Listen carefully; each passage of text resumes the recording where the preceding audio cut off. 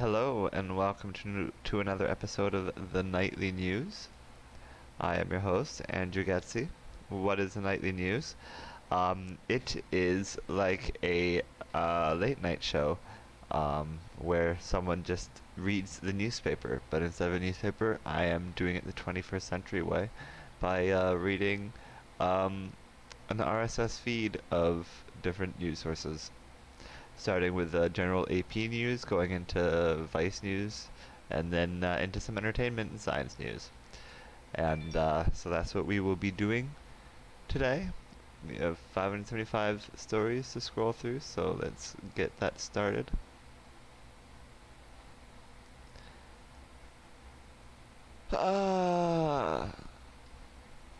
Spanish PM says NATO summit to show unity, good for them. And then goes on apparently to blame traffickers and migrants for deaths at the border. Well,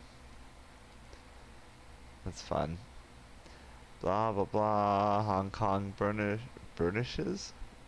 China ties as luster as global hub fades. Blah blah blah. Democrats. Bruce Matthews vie to face. Don't care. Russian missile strike hits crowded shopping mall in Ukraine. Yes. I mentioned that on yesterday's show, but we didn't really see a article for it. So I wanted to make sure this was mentioned in the Geekly Weekly on Friday.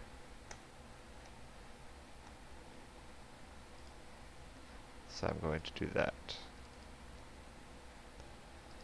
Remember, you can always find my Geekly Weekly at 99geek.ca.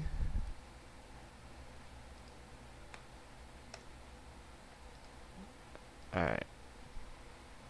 It's pretty awful. Rescuers searched through charred rubble of a shopping mall Tuesday looking for more victims of a Russian missile strike that killed at least 18 and wounded scores in what Ukraine's president called one of the most daring terrorist attacks in European history. Okay. President Volodymyr Zelensky said many of the more than 1,000 afternoon shoppers and workers inside the mall in the city of Kremenchuk managed to escape, which is, thank God, there were 1,000 people in that mall and only 18 were killed. Giant plumes of black smoke, dust, and orange flames billowed from the wreckage as emergency crews combed through broken metal and concrete for victims. Drones whirred above, clouds of dark smoke still emanating from the ruins several hours after the fire was extinguished. Casualty figures rose as rescuers sifted through the smoldering rubble. The regional governor, Dmytro Lunin, said at least 18 people were killed and emergency services reported more than 60 were injured. We are working to dismantle the construction so that it is possible to get machinery in there since the metal elements are very heavy and big, and disassembling them by hand is impossible, said Volodymyr Hitchkin, an emergency services official. At Ukraine's request, the UN Security Council scheduled an emergency meeting in New York on Tuesday to discuss the attack. Oh god, the UN scheduled an attack. That'd be horrible. In the first Russian government comment on the missile strike, the country's first deputy permanent representative to the United Nations, Dmitry Polyansky, alleged multiple inconsistencies that he didn't specify, claiming on Twitter that the incident was a provocation by Ukraine. Yeah, right. Russia has repeatedly denied its targets denies that it targets civilian infrastructure, even though Russian attacks have hit other shopping malls, theaters, hospitals, kindergartens, and apartment buildings in the 4-month war. That's fucking insane. The missile strike occurred as Western leaders pledged continued support for Ukraine and the world's major economies prepared new sanctions against Russia, including a price cap on oil and higher tariffs on goods. And they think maybe this will discourage them. Like, what bullshit. Zelensky said the mall presented no threat to the Russian army and had no strategic value. He accused Russia of sabotaging people's attempts to live a normal life, which make the occupiers so angry. In his nightly address, he said it appeared Russian forces had intentionally targeted the shopping center and added, today's Russian strike at a shopping mall in Kremenchuk is one of the most daring terrorist attacks in European history. He said Russia has become the largest terrorist organization in the world. Fair enough. Geez, there's a lot to this article.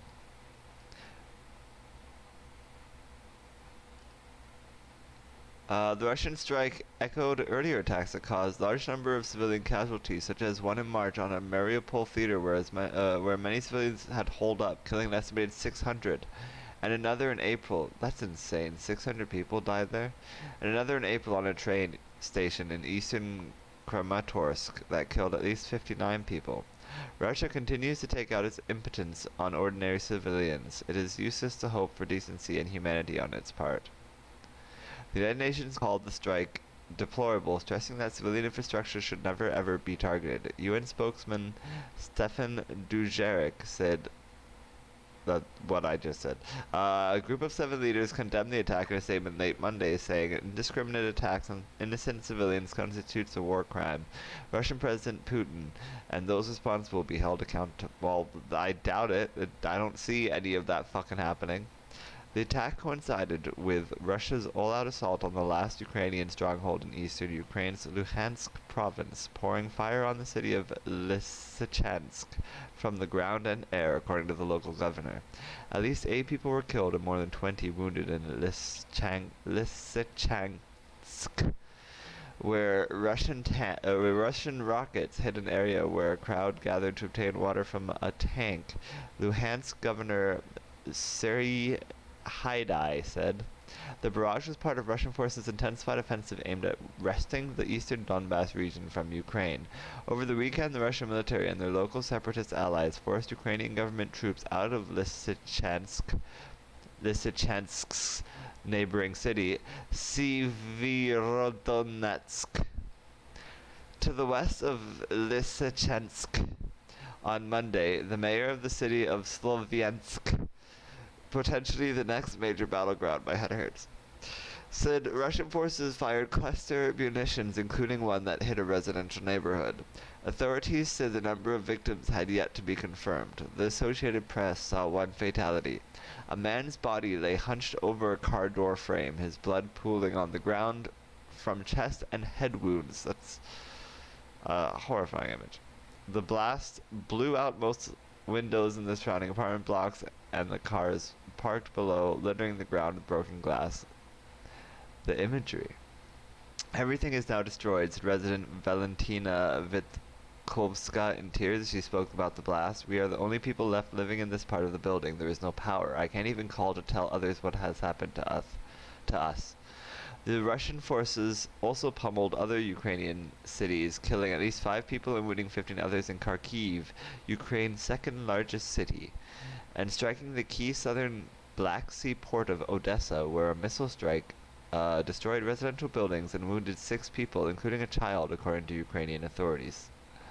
In Lysychansk, at least 5 high-rise buildings and the last road bridge were damaged over the past day, Haidai said. A crucial highway linking the city to government-held territory to the south was rendered impassable. The city's pre-war population of around 100,000 has dwindled to fewer than 10,000 people. That's insane. Not because 90,000 people are dead, but because many of them have left. Which is still insane. NATO holds summit with gaze on Russia and China. Russia's invasion of Ukraine has shocked NATO back to first principles. 7 decades after it was founded, the North Atlantic Treaty Organization, I bet you didn't know that was what NATO stood for, is meeting in Madrid this week with an urgent need to reassert its original mission, prevent Russian aggression against Western allies. Leaders of the world's most powerful military alliance are aiming to increase support for Ukraine's fight against Russian invasion, boost forces on NATO's eastern flank, and set priorities for the coming decade with a new emphasis on checking China's growing international ambitions. But the gathering will also showcase the difficulties in keeping 30 nations from tiny Iceland and Luxembourg to huge Turkey and the United Nations aligned in an organization that must make decisions by consensus. NATO was formed after World War II to counter the threat from the Soviet Union and foster cooperation in a shattered Europe. In the years after the collapse of the USSR, the alliance recast Russia not as an adversary, but as a strategic partner. No longer.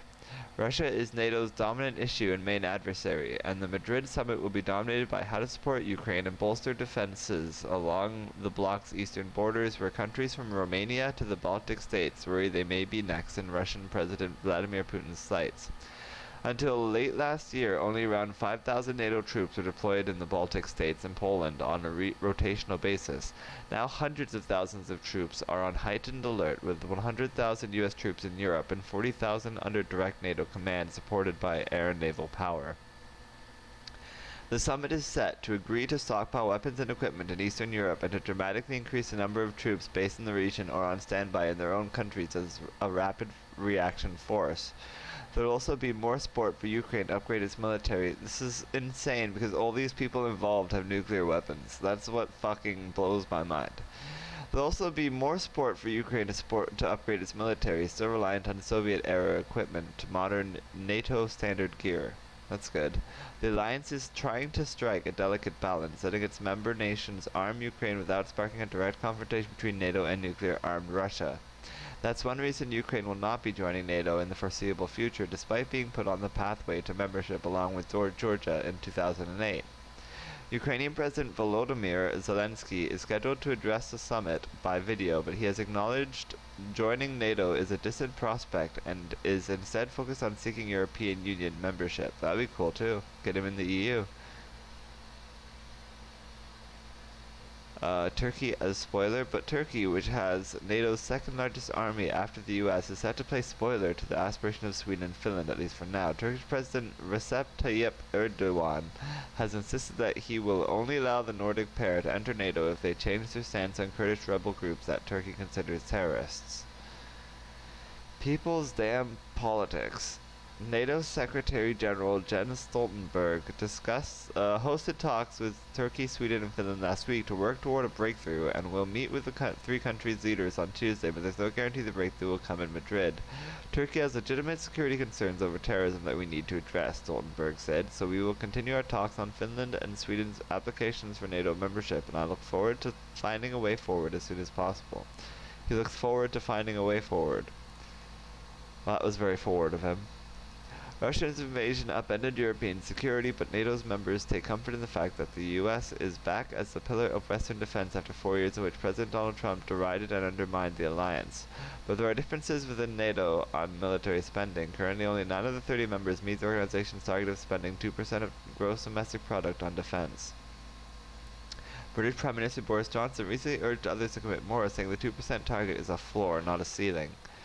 Cracks also could emerge over strategy on Russia and Ukraine as the war drags on and debate intensifies over what, if any, concessions Ukraine should make to end the fighting. There are still unresolved questions around how NATO as an alliance should deal with Russia in the long term, said Alice Billen-Gallant, research fellow at the Chatham House think tank. Do we consider that it's unredeemable as a neighbor, and what does that mean? Or do we think that at some point we will have to sit down and negotiate a new security architecture with Russia? Allies have been on different pages when it comes to that. Checking China. With the world in turmoil, the alliance will try to craft a long-term strategy that can stand the test of time. NATO will set out its goals for the coming decade in a new strategic concept, the document that identifies its most pressing security concerns and how it will tackle them. While Russia will remain the top issue, the document will see NATO grapple for the first time with the growing military reach of China, which has set out on an ambitious plan to expand naval bases in the Pacific and in Africa. The leaders of Japan, Australia, South Korea, and New Zealand have been invited as guests to the summit for the first time. All 4 have been supportive of Ukraine, and Japan has its own territorial disputes with Moscow. Japanese Prime Minister Fumio Kishida will discuss efforts towards achieving a free and open Indo-Pacific, because security in Europe and Asia is inseparable, according to Japan's Chief Cabinet Secretary Hirokazu Matsuno. Insecurity in Africa's Sahel region and its threat to southern Europe could also earn a mention, as could the threats caused by climate change and the growing waves of migration driven by global warming. I will be right back. I'm going to go get a tube of yogurt. Because my tummy hurts.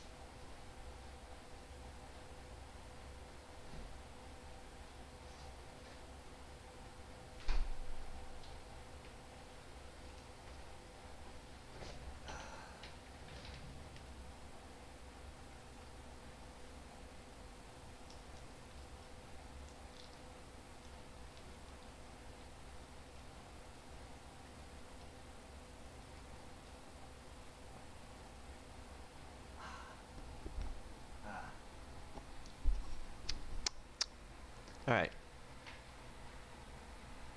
That felt good. My tummy was doing knots. Alright. G7 leaders promised more support for NATO. That's good. Left for Ukraine ahead of NATO.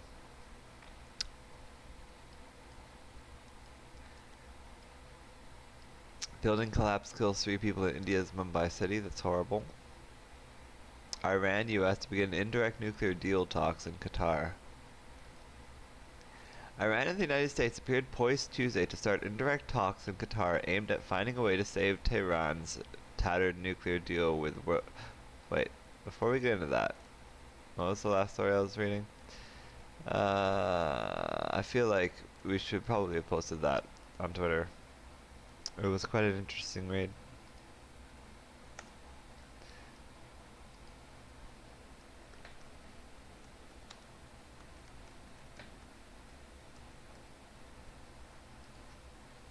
I forgot that that is kind of the point of this.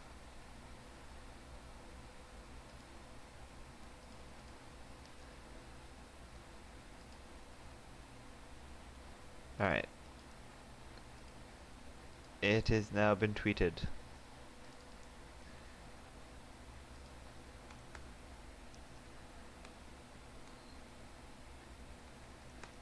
Alright. Anyway, back to what we were reading. That. Iran and the United States appeared poised Tuesday to start indirect talks in Qatar aimed at finding a way to save Tehran's tattered nuclear deal with world powers. The state-owned Tehran Times posted a photograph of Iran's top nuclear negotiator Ali Bagheri Khani in a hotel lobby with Iranian ambassador to Qatar Hamidreza Dagani. The newspaper said Bagheri Khani was in Doha, the Qatari capital, for the resumption of the talks. Rob Malley, the U.S. Special Representative for Iran, arrived in Qatar on Monday night ahead of the talks. The U.S. Embassy in Qatar said Malley met with Qatari Foreign Minister Mohammed bin Abdulrahman Al Thani to discuss joint diplomatic efforts to address issues with Iran, but declined to immediately offer any other details about his trip. Iran and world powers agreed in 2015 to the nuclear deal, which saw Tehran drastically limit its enrichment of uranium in exchange for the lifting of economic sanctions. In 2018, then-President Donald Trump unilaterally withdrew America from the accord, raising tensions across the wider Middle East and sparking a series of attacks and incidents. Talks in Vienna about reviving the deal have been on a pause since March. Since the deal's collapse, Iran has been running advanced centrifuges and rapidly growing stockpile of enriched uranium. That's exciting. And not concerning at all. Hong Kong confirms Chinese leader Xi's visit for anniversary. Lucky them. The evil man himself. Man 101 convicted of being Nazi guard. Sentenced. Oh, he's 101 years old and now he's gonna have 4 years in prison. 101-year-old man was convicted of 3,518 counts of accessory to murder on Tuesday for serving at the Nazi Sachsenhausen concentration camp during World War II. The Neuruppin Regional Court sentenced him to 5 years in prison. The man, who was not identified, had denied working as an SS guard at the camp and aiding and abetting the murder of thousands of prisoners. Can you imagine if he got out at 105 years old? Oh my god. That's fucked. That is absolutely fucked. He's 101 years old. It's over. You missed your chance. I'm sorry.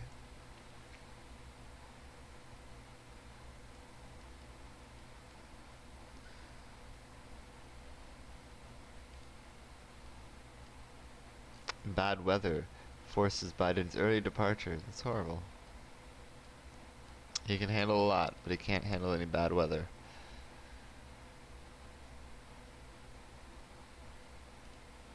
In fact, Air Force One is just constantly outrunning storm clouds, just all the time. It's like, storm clouds are coming, get on, Mr. President, we gotta go.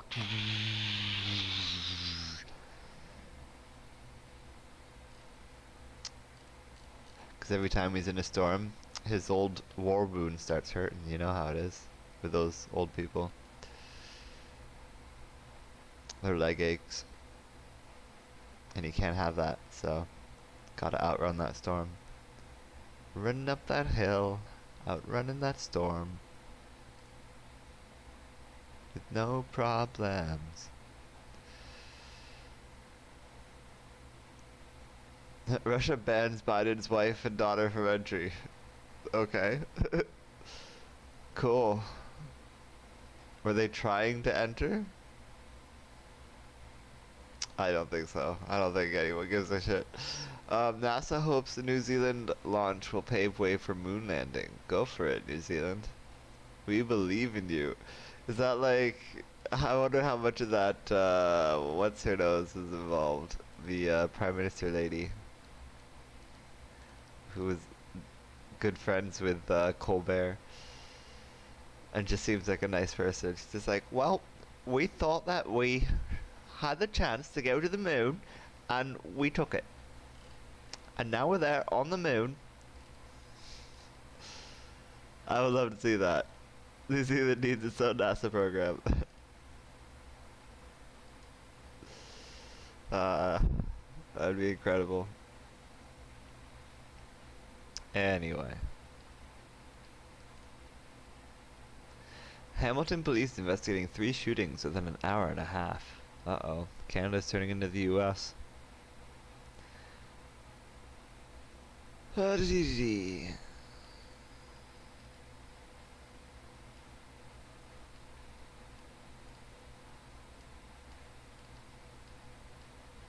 Freedom Convoy organizer Tamara Lich arrested for breaching bail conditions. Tell me more about these bail conditions. Ottawa police say Freedom Convoy organizer Tamara Lich has been arrested in Alberta for breach of court conditions and will be sent back to Ottawa to appear in court. Lich's lawyer, Eric Granger, could not confirm where in the province she was arrested, but another lawyer who has also represented... I couldn't find that name. Silence you. Computer? Computer, stop. Thank you.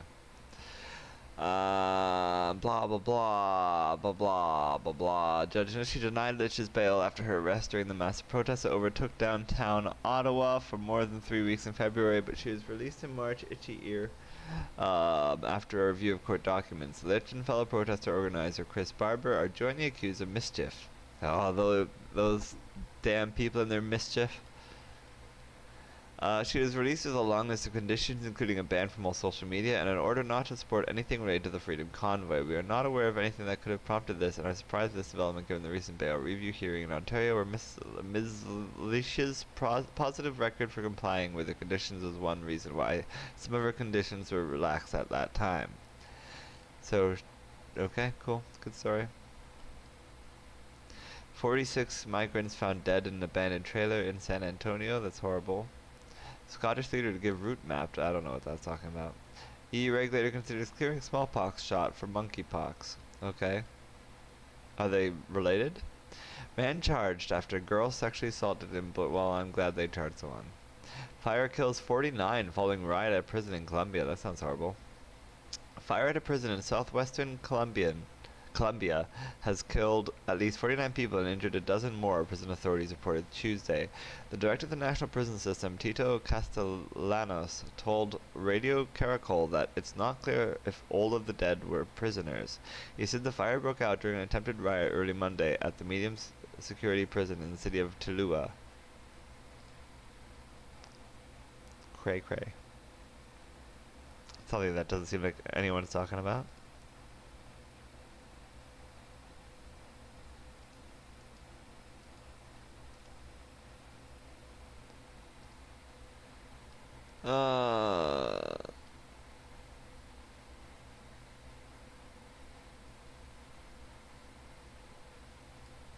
Okay.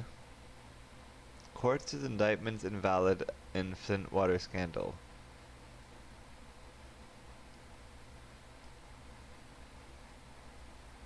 So people were trying to hold politicians accountable for the Flint water scandal, and a Supreme Court judge just wiped it all clean.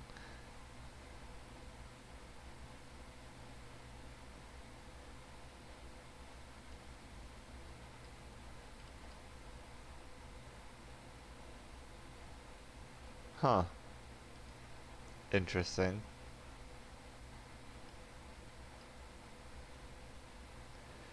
In Germany, over 2,700 anti-Semitic incidents reported in 2021 alone. Well, that's fun. Including 63 attacks and 6 cases of extreme violence, as opposed to the non-extreme violence for the other 57 attacks. The incidents included both criminal and non-criminal incidents, the group said. The German government's commissioner to combat anti-Semitism, Felix Klein, called the number of incidents, more than 7 per day, frightening, but also said that at the same time, each of the reported incidents is also a step toward reducing the dark figures. If you catch them. Right-wing extremists were responsible for 17% of the incidents. And the rest? These are so only 17% of these anti-Semitists were right-wing extremists. What were the other? I'm so confused. But more than half of all this anti-Semitic incidents could not be assigned to a specific political view, the report said. Among cases of extreme violence, RIAS included an attack on a Jewish participant in a vigil for Israel in Hamburg and a shooting at a Jewish community center in Berlin. Altogether, 964 people, both Jews and non-Jews, were directly affected by... Okay, so Jews can do anti-Semitic attacks. Or something. Oh no, directly affected by anti-Semitic. Okay, so 964 people were affected by these attacks. Some Jews, some not Jews. Okay, I think I understand. Marina Chernivsky of the OFEC Counseling Center for Victims of Anti-Semitic Violence and Discrimination called the high number of cases background noise in the everyday lives of Jews in Germany. That's horrible.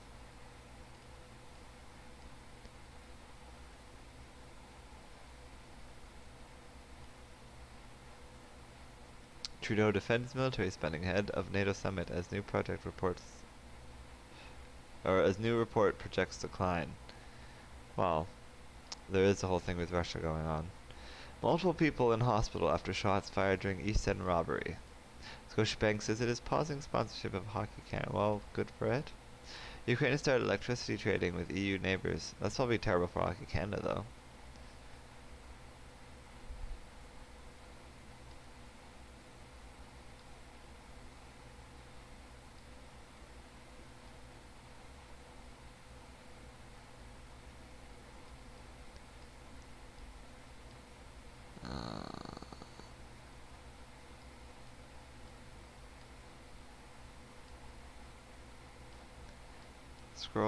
Scrolling. Woman struck by vehicle in Scarborough. That's horrible.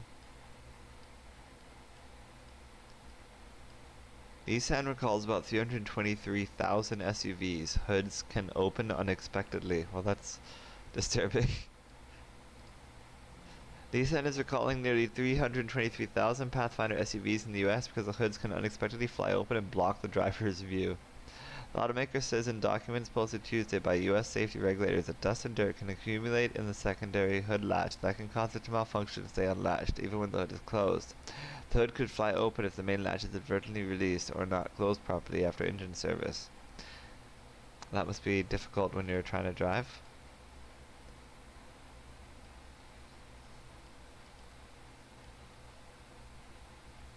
Police rule out foul play after boy lost in sewer for 8 days. I don't know, that sounds pretty foul to me.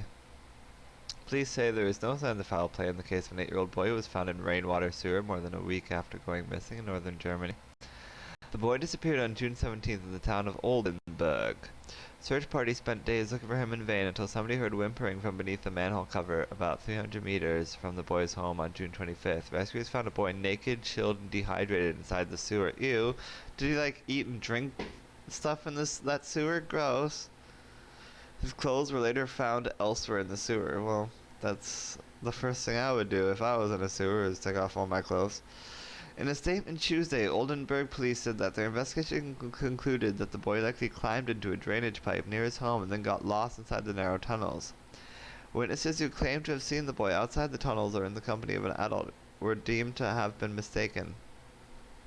The boy, who remains in hospital, has not yet been questioned by officers. That's a weird story. I'm yawning. Biden calls migrant deaths horrifying and heartbreaking. Yes, they are.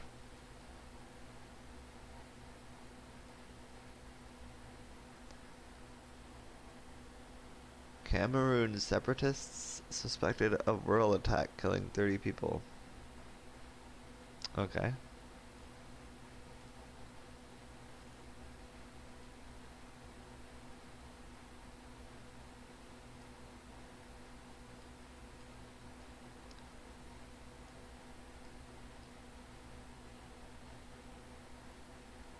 Russia working on Taliban ties, Putin says in Tajikistan.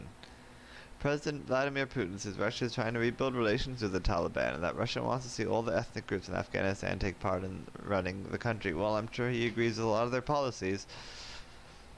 Like, women are to be fucked and fuck gay people, but not in the same way. Now we're just getting confusing with it. He's like, wait, let's start over.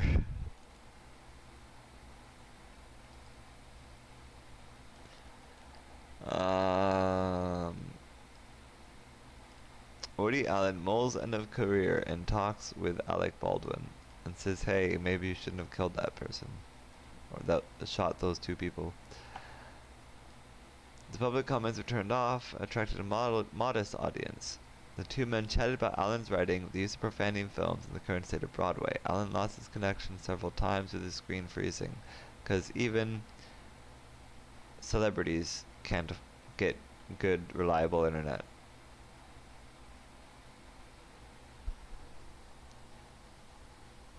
Movie making is not as exciting now that his films spend a few days in movie theaters and go directly to streaming. Fine, then stop fucking making movies and I'll make the movies instead. Like, fuck, I'm so tired of these people crying like, wah, people aren't going to theaters and giving me lots of money, wah. Millions of people are watching them at home instead of in theaters, wah. It's like, at least you have millions of people watching your shit. These still have audiences. Like, fuck. I'd do anything to have an audience. I'd do anything to have anyone give a shit about the content I create. Hate it. I hate it. Fuck you. Fuck you, Woody Allen. Suck my cock. Alright. Moving on. Paris court rules government failed to stockpile face masks. Well, I hear that other nations have plenty, so maybe we should just trade them around. I think we do, actually. That's something people already do, but still. Cuban troops report clashes with speedboats from U.S. That's weird. Cuban authorities say they have intercepted more than a dozen speedboats arriving from the United States this year, clashing with at least 2 of them and making some arrests. They say U.S. authorities have handed over a suspect in the shooting of a Cuban Coast Guard officer. Okay. The Interior Ministry statement read over state television Monday night comes amid a sharp increase in migration. So this was important enough they literally went on their TV station and were like, yo, we're dealing with a lot of speedboats from the United States. And then people were like, whoa, that's news. Okay then.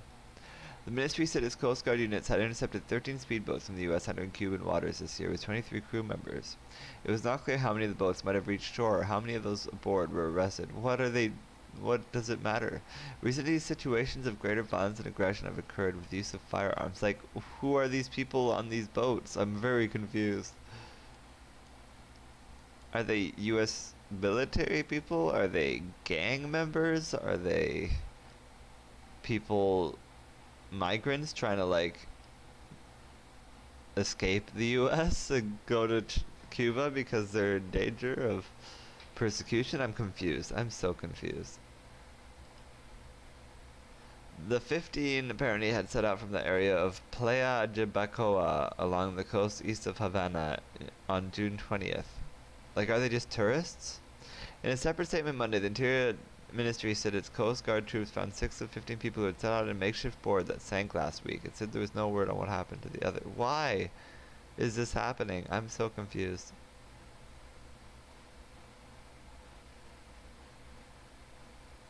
The U.S. Customs and Border Patrol has reportedly finding about 140,000 migrants between October last year and the end of May, a number that surpassed the so-called Mariel exodus of 1980, when 125,000 Cubans reached the U.S. So they're sending 140,000 Cubans, but we sent like 23 people or something like that. Randomly, 23 people decided to try and go the other way. I'm confused. I am so confused. Let's just move on. Let's just move on.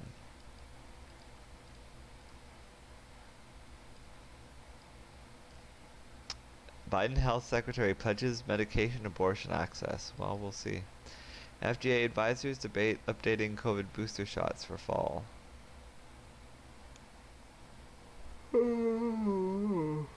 Instagram hides some posts that mention abortions.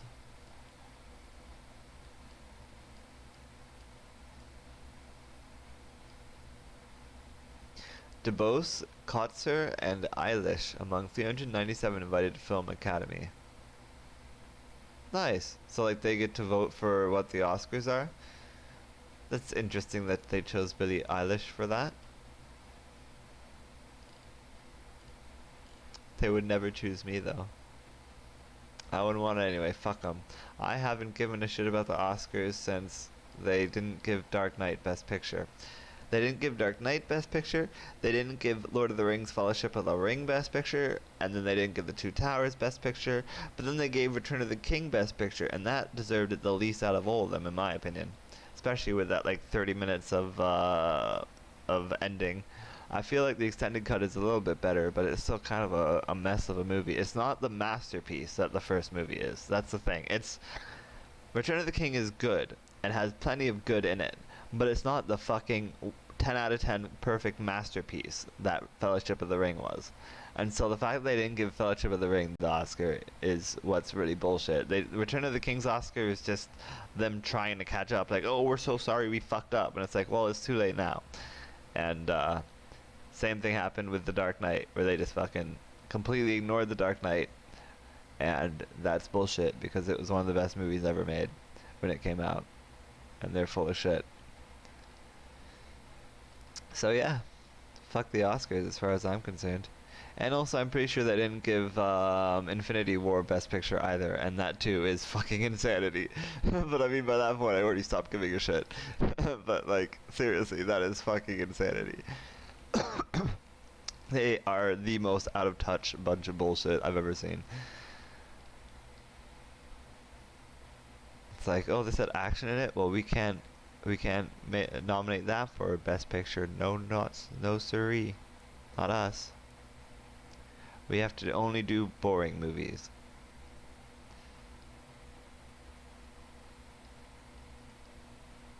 Unless, of course, it's Gladiator. Which I've never thought was a great movie. Like, seriously, Oscars is bullshit.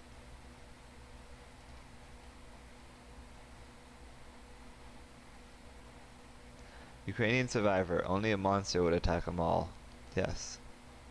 Agreed. Whale entanglements drop but remain a major threat, feds say. There are 53 confirmed cases of large whales entangled in gear. Oh, that's horrible. That's sad. I thought they meant like entanglements between whales and people, which I guess kind of that is, but not in the same way that I was thinking. Salmon drops out of GOP primary. Oh, I was thinking like the fish. Apparently there was a salmon fish that was running for governor of Arizona, and it had to drop out so that it could swim upstream and mate. At Wimbledon, Serena Williams loses first match in a year. Aw, poor Serena Williams. That's a real tragedy. Officer shot man 5 times, paused, and then shot him again. Body camera footage shows North Carolina police officer shoot an unarmed man 5 times after a chase, pause to call dispatch, and then shoot him again. Attorneys for the dead man's mother said Tuesday, that's so random. Well, you know, double tap, gotta make sure they're down and don't turn into a zombie. Attorneys for Brandon Coombs' mother, Virginia Tiara, said they were in utter disbelief after being shown the video of the February shooting last week, news outlets reported. The attorneys called on officials to release footage to the public and charge the officer involved. Concord police had initially described the shooting as resulting from a physical confrontation at a car dealership where Coombs, a 29-year-old white man, was trying to steal a truck. But Tiara's attorneys say the footage shows that no struggle ever occurred between Coombs and Officer Timothy Larson before the officer opened fire. Instead, they said it shows a short foot chase that ended when Coombs got into the driver's seat of Larson's police SUV. Holy shit. Well, I mean, you can't just steal a police officer's car. That's like going for his gun. They said the officers shot Coombs 5 times, called dispatch, and then shot him again. They did not specify how much time elapsed between the 5th and 6th shots. A spokesperson for the Concord Police Department didn't immediately return a phone call or respond to an email seeking comment on Tuesday. Again, they had to make sure he wasn't going to come back as a zombie. Makes complete sense to me. Complete sense.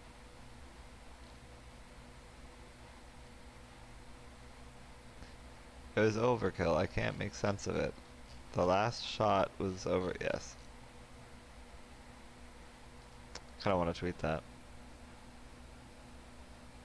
Even though it's making light of something that it really shouldn't.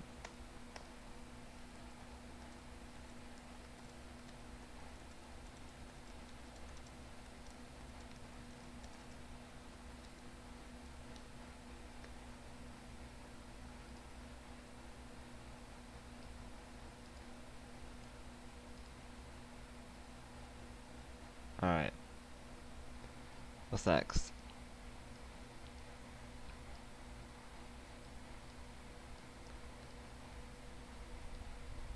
Trump painted in testimony as volatile and angry president. So, nothing new there. When President Donald Trump learned his attorney general had publicly rejected his election fraud claims, he heaved his lunch at the wall with such force the porcelain plate shattered and ketchup streamed down. Excellent. Excellent. On the morning of January 6, 2021, consumed by crowd-sized concerns, he directed staff to remove metal detectors he feared would inconvenience supporters who had amassed in Washington. Never mind that some were armed. They weren't there to hurt him, he said. Jesus. He's a Looney Tunes. And I guess he was right.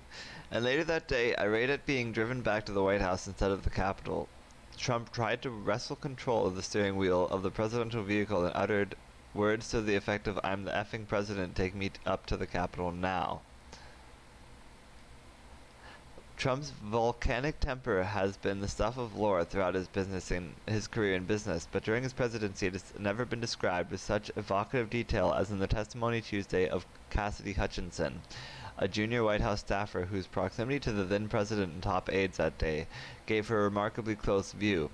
Hutchinson offered previously unknown details about the extent of Trump's rage in his final weeks of office, his awareness that supporters had weapons with them, and his ambivalence as rioters later laid siege at the Capitol. The testimony came as the Justice Department expands its investigation into the insurrection and deepened, but did not resolve questions about whether Trump himself could face criminal charges for his conduct. Though Attorney General Merrick Garland has given no hint about whether his department will bring a criminal case against Trump, some legal experts say Hutchinson's testimony could give prosecutors additional facts to pursue. Potentially problematic for Trump could be his reaction on the morning of January 6th to news that guns, knives, and other weapons were being confiscated from security screenings as crowds of supporters gathered for a rally in front of the White House. Angry that not everyone could get in to see him, Trump, according to Hutchinson, said words to the effect of, "I don't care that they have weapons, they are not here to hurt me. Take the effing mags away and they can march to the Capitol." Mags is a reference to magnetometers. What are magnetometers? Oh, that's the things for catching the weapons. The congressional hearing is not a court of law, but if this isn't powerful evidence that he wasn't just aware of the possibility of violence on the 6th, but he actively wanted to encourage it, I'm not sure what is, said Stephen Vladek, a University of Texas law professor. No shit. Whatever any outcome related to a criminal proceeding, the disclosures come as Trump is laying the groundwork for another presidential run in 2024. Aides have been debating the merits of when he should announce his intentions, with some arguing he should do so as soon as this summer to maximize leverage and stave off a crowd of likely challengers, and others maintaining he should follow tradition and wait until after November's midterm elections. Looking to blunt negative publicity surrounding her testimony, Trump issued a statement on his social media platform denying that he had ever complained about the crowd size or had sought to make room for people with guns to watch with. You always complain about crowd size. That is obviously a lie. Trump is well practiced in marginalizing his critics and accusers, but Hutchinson's well-calibrated testimony will test that power anew. Tuesday's hearing, the sixth by the House Committee investigating the insurrection, was accompanied by suspense. Even before it began, it was hastily announced on Monday, but the committee did not reveal the identity of the witness until Hutchinson entered the room. Where prior hearings have involved clusters of witnesses who have recounted pressure campaigns on the Justice Department or on local election officials to overturn the election results, Tuesday's hearings involved a singular narrator with an easy-to-follow tale sprinkled with had-to-be-there color. Some anecdotes she witnessed herself. Others she heard from fellow staffers. She recalled, for instance, being in the White House on the afternoon of December 1st, 2020, when she heard a sudden noise. Trump, it turned out, had just learned of an interview Attorney General William Barr had given the Associated Press, in which Barr said the Justice Department had not found widespread fraud that could alter the outcome of the election. Inside the dining room was a shattered porcelain plate on the floor, apparently thrown in dismay by the president. Ketchup streamed down the wall. Hutchinson grabbed a towel to wipe it off. She later heard about a separate episode on the afternoon of January 6th when Trump tried to grab control of the steering wheel of the presidential vehicle so that it would take him to the Capitol, not the White House. He was, he said, the effing president. Trump was directed to take his hand off the wheel. In that instance and others, according to the testimony, the president's will did not always prevail, and Hutchinson's detailed aides' best efforts to rein in Trump's worst impulses. The morning of January 6th, for instance, White House counsel Pat Cipollone cautioned Hutchinson that if Trump did go to the Capitol to intervene in the certification of the election, we're going to get charged with every crime imaginable. I don't understand why this shit can happen, and then these people will continue supporting this guy. Then these people will be like, this is insanity, this is madness, we're losing our minds, but we have to make sure he stays in power and we go through more of this torture. Like, what the fuck? When you have witnesses who are in these conversations, who are in these rooms, who are actively participating in the high-level discussions of January 6th, it seems to me that one of two things has to be true. Either they're lying, or President Trump and a lot of people close to him are in serious jeopardy, Vladek said. Well, let's hope it's the second thing.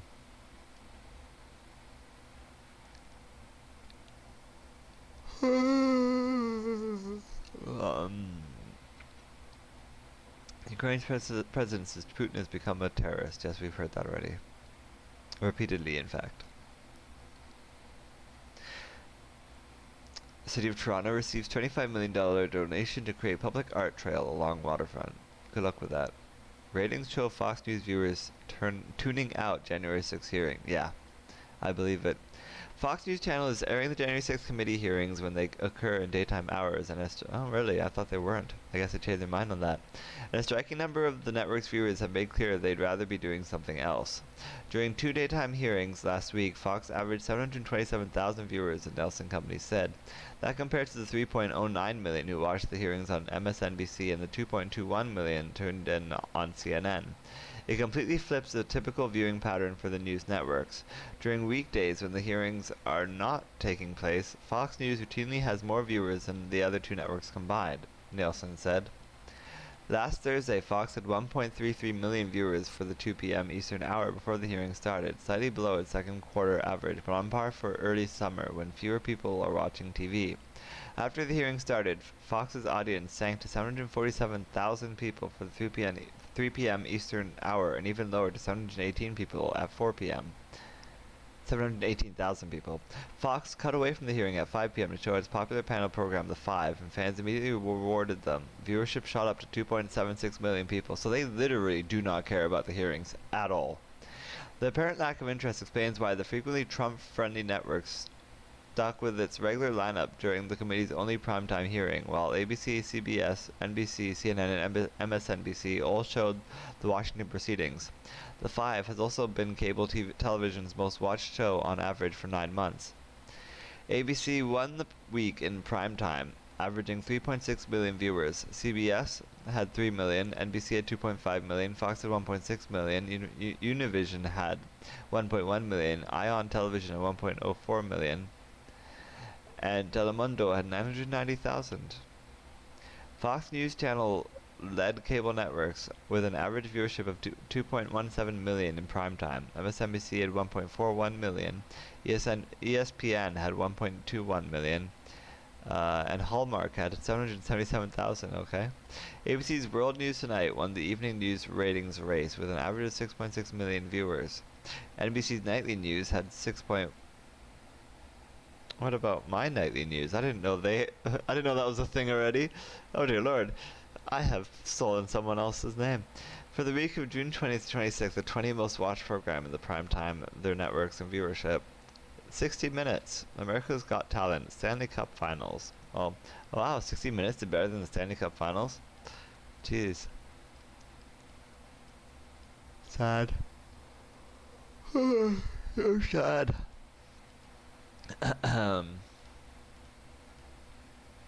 Ew, Tucker Carlson, gross. Sad how much he gets.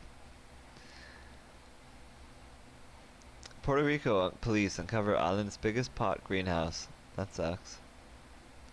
Let it be. That's horrible. Man stabbed multiple times outside Toronto's East Eaton Centre in critical condition. But someone was stabbed just down the road from me, which is really fucked. Then just by some random dude who then ran away. Australia talks down prospect of having nuclear subs by 2030. Okay.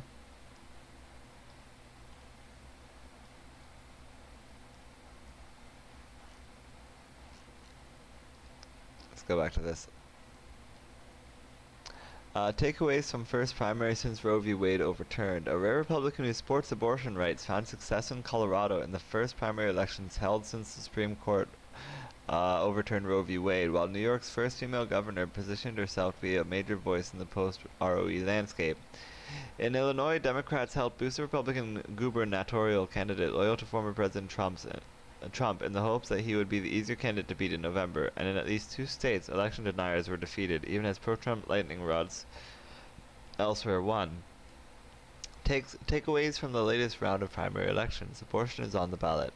The abortion debate consumed the nation this week, but there was no race where it mattered more than Colorado's Republican primary for the U.S. Senate, where businessman Joe O'Dea became one of the only abortion rights supporting Republicans in the nation to win a statewide primary this year.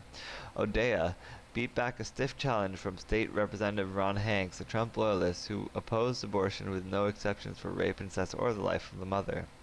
O'Dea will face Democratic... I read that at first as O'Dea will face Democratic sin, and then coming off of what I was just read about him being against rape, incest, or the life of the mother, I was like, yep, that makes sense. He faces his Democratic sin.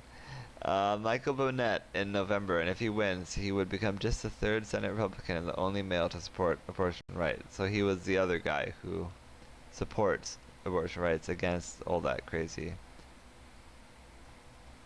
He said he backs a ban on late-term abortions and government funding of abortions, but that the decision to terminate pregnancy in the initial months is between a person and their God. Democrats had spent at least $2.5 million on ads designed to boost O'Dea's opponent by promoting, among other things, that he was too conservative for backing a complete abortion ban. Democrats hoped that the Roe decision would give them an advantage in several swing states, including Colorado, but at least for now, O'Dea's victory would seem to complicate the Democrats' plans. In the final weeks of a campaign, Trump once again attached himself to a Republican who was leading the race, but this time it was farmer Darren Bailey in Illinois, who easily cruised to the GOP nomination in the governor's race. But while Trump can add Bailey to his endorsement record, Democrats are betting that his victory may be short-lived. Bailey now goes on to face Democratic Governor J.B. Pritzker, who in the November general election, which is just what Pritzker and his allies I don't know what that sentence was trying to say. I lost track of it. Blah blah blah stuff and things. So cool. So that was a whole lot of who knows is what I got out of that. Stretch. Moving on. We move on to Vice. China's leader is leaving his cocoon for the first time in 2 years. Chinese leader Xi Jinping is setting foot outside mainland China for the first time since the COVID-19 pandemic began in early 2020. Good for him, because he's going to Hong Kong, of course. At an isolated boarding school, a culture of sexual abuse thrived for decades. That's horrible. In the Philippines. Tucked away in an idyllic enclave on Mount Makiling, a 2-hour drive south of the capital Manila, is the Philippine High School for the Arts, an elite state-run boarding school that provides highly coveted scholarships to the creme de la creme of the country's young artists. Nothing short of a mountain hideaway. The campus consists of quaintly designed halls and dormitories surrounded by lush rainforests and often shrouded in mist due to its high altitude.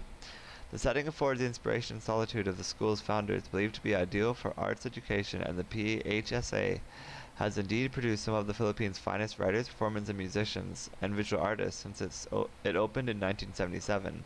But with its exclusivity and seclusion comes a legacy of abuse and secrecy. That's what the classrooms look like. Joshua Serafin was 12 years old when he first came to the PHSA in June 2009. Thrilled at having passed the grueling auditions for the school's theater arts program, a shot of fulfilling his dream of becoming an artist. PHSA is a way for a lot of people out of poverty. It's an entry point, he told Vice World News. I didn't come from a privileged place. I came from the province hoping for debt-free education, allowances, high hopes for a better future. On his own away from home for the first time, Serafin reveled in the company of other kids who were kindred spirits. It was a lot of fun, until it wasn't. On my 5th month there, I was sexually harassed by a senior, Serafin said. An older student bunked with Serafin at their dormitory one night that October in 2009. He was awakened by his abuser, touching his genitals and pulling his hand to touch the abuser's genitals. Ew. I was afraid and didn't know what to do, so I pretended to be asleep. I was shaking, Serafin said. But it wasn't the last time he would be abused while at the PHSA. Serafin was 16, and in his senior year, when a teacher started molesting... His personal circumstances kept him in contact with his teacher until he was 18, and the abuse continued until then. The molestation involved several attempts at sexual intercourse, who declined to identify his teacher for fear of backlash.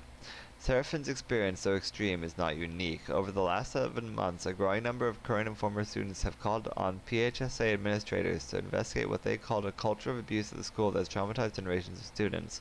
The sudden death last November of a teacher with a then unknown history of abuse triggered his victims to finally talk about their experiences on social media, emboldening other students to also share their experiences of abuse, sexual, verbal, and emotional, from other teachers, staff, and students at the school.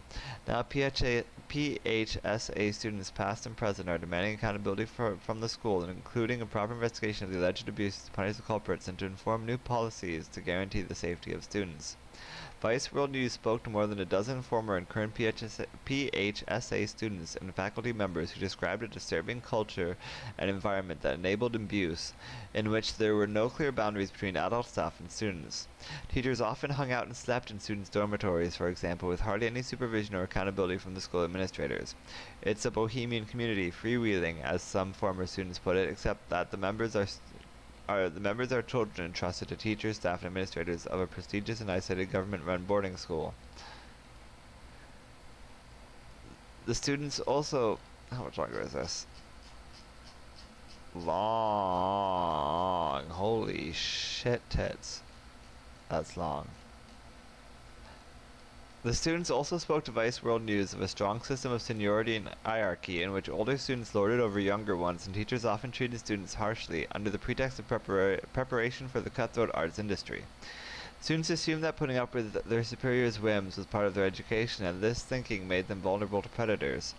What is apparent within the school is that there is a culture of abuse that I learned from my seniors, mainly because it was normalized, said Serafin, now 26 and based in Brussels, Belgium, working as a performing artist. That's him there. Jeez. I'm gonna be right back. I need a drink for this.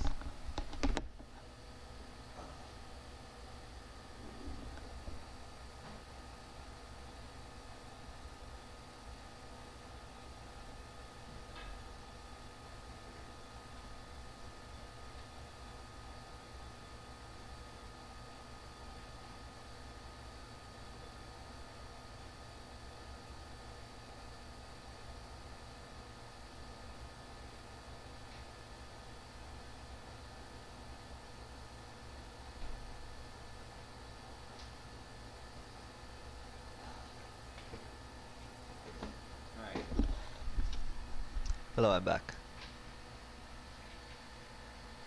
Reports of different kinds of abuse have reached the faculty over the years, students said, but complaints were often brushed off as hearsay. The school requires a bureaucratic process of documentation and notarization before investigating abuse allegations, Vice World News learned from interviews with the current school heads and through documents that obtained involving abuse complaints.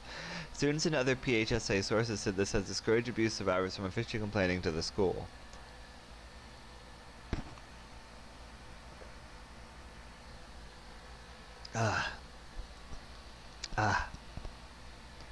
Alarmed by reports of abuse, students in January wrote their administrators a letter, signed by 89 current students and 79 alumni, demanding the school leadership investigate alleged abuses and ensure safe spaces when they resume physical classes post-lockdown in August. They said they conducted a survey among a quarter of the school's 210 current students and found that half of them knew someone who experienced sexual abuse at the PHSA. We go in blindly, not knowing that this free education comes at a price, unaware of the culture that thrives in PHSA, when it perpetuates abuse, fostered by silencing and neglect. The students wrote in the letter, a copy of which was obtained by Vice World News. A culture of abuse has been embedded in the community, and those who dare to speak up are silenced and their allegations dismissed. A well-placed source within the PHSA, speaking on condition of anonymity for fear of backlash from the school leadership, said the school has consistently downplayed and ignored numerous allegations, which continues to this day. Emotional abuse, sexual harassment, and violation of the physical boundaries have been normalized in the school. Adults in the faculty do not seem to find anything wrong with these acts, the source told Vice World News. A culture of abuse has been embedded in the community, and those who dare to speak up are silenced and their allegations dismissed. See, here's the one thing. Clearly this article goes on for like fucking 200 pages, but it seems like it's just saying the same thing over and over again. And then we talked to another person who said there was a lot of abuse and that people were silenced and allegations were dismissed. And then we talked to another person who said that there was a lot of abuse and people were silenced and allegations were dismissed. And then we talked to another person and they also said there was a lot of abuse and people... Like, is that the entire article? I'm really curious to find out. Jerome Canlis, a 22-year-old actor and filmmaker, was just 11 years old when he started studying theater arts at the PHSA in 2011. About 2 years in, at age 13, he started attending rehearsals at a teacher's house in Metro Manila, some 70 kilometers away from the campus in Los Banos City, Laguna Province. The Vice World News decided not to identify this teacher, who was a PHSA alumnus, as he is now deceased and can no longer address these allegations. It was his death in November that set off a reckoning among students about the abuses they endured while at the school. Students said this teacher would hold rehearsals at his house when his teaching schedule conflicted with his professional theater work, and during weekends when the school was technically closed. He allegedly had students sleep over when rehearsals ended too late for them to commute back to the boarding school. According to Canlas, when he had to stay with a teacher overnight, many times during his time at PHSA, the teacher would lay a mattress on the floor for him and sleep beside him. Often the teacher put an arm around Canlas and sometimes slipped a hand under his shirt to touch his torso. Canlas would then put a pillow between his legs to prevent the teacher from touching his groin. Well, that's smart.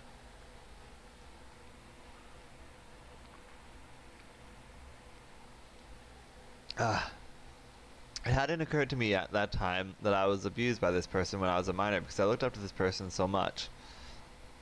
But you still had to protect your groin from him? That is insane.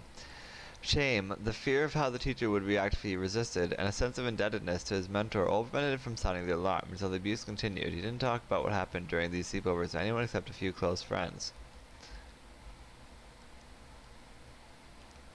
When this teacher died, Canlas felt he had to break his silence. He wrote about his experience on a Facebook post, which prompted other students to confide with him their own experiences of abuse during their time at the PHSA.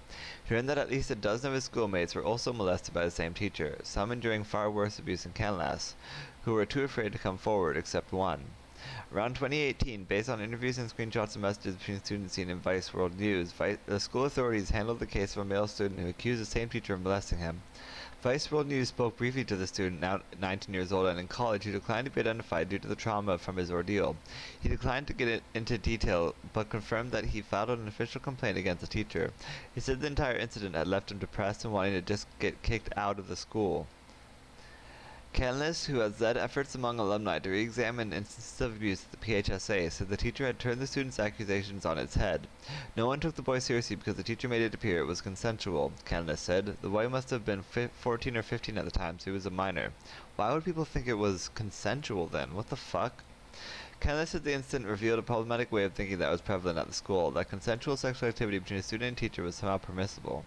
Whether or not it was consensual, the fact that these adults knew there'd be an incident and they should have done something because it was wrong either way, Candace said.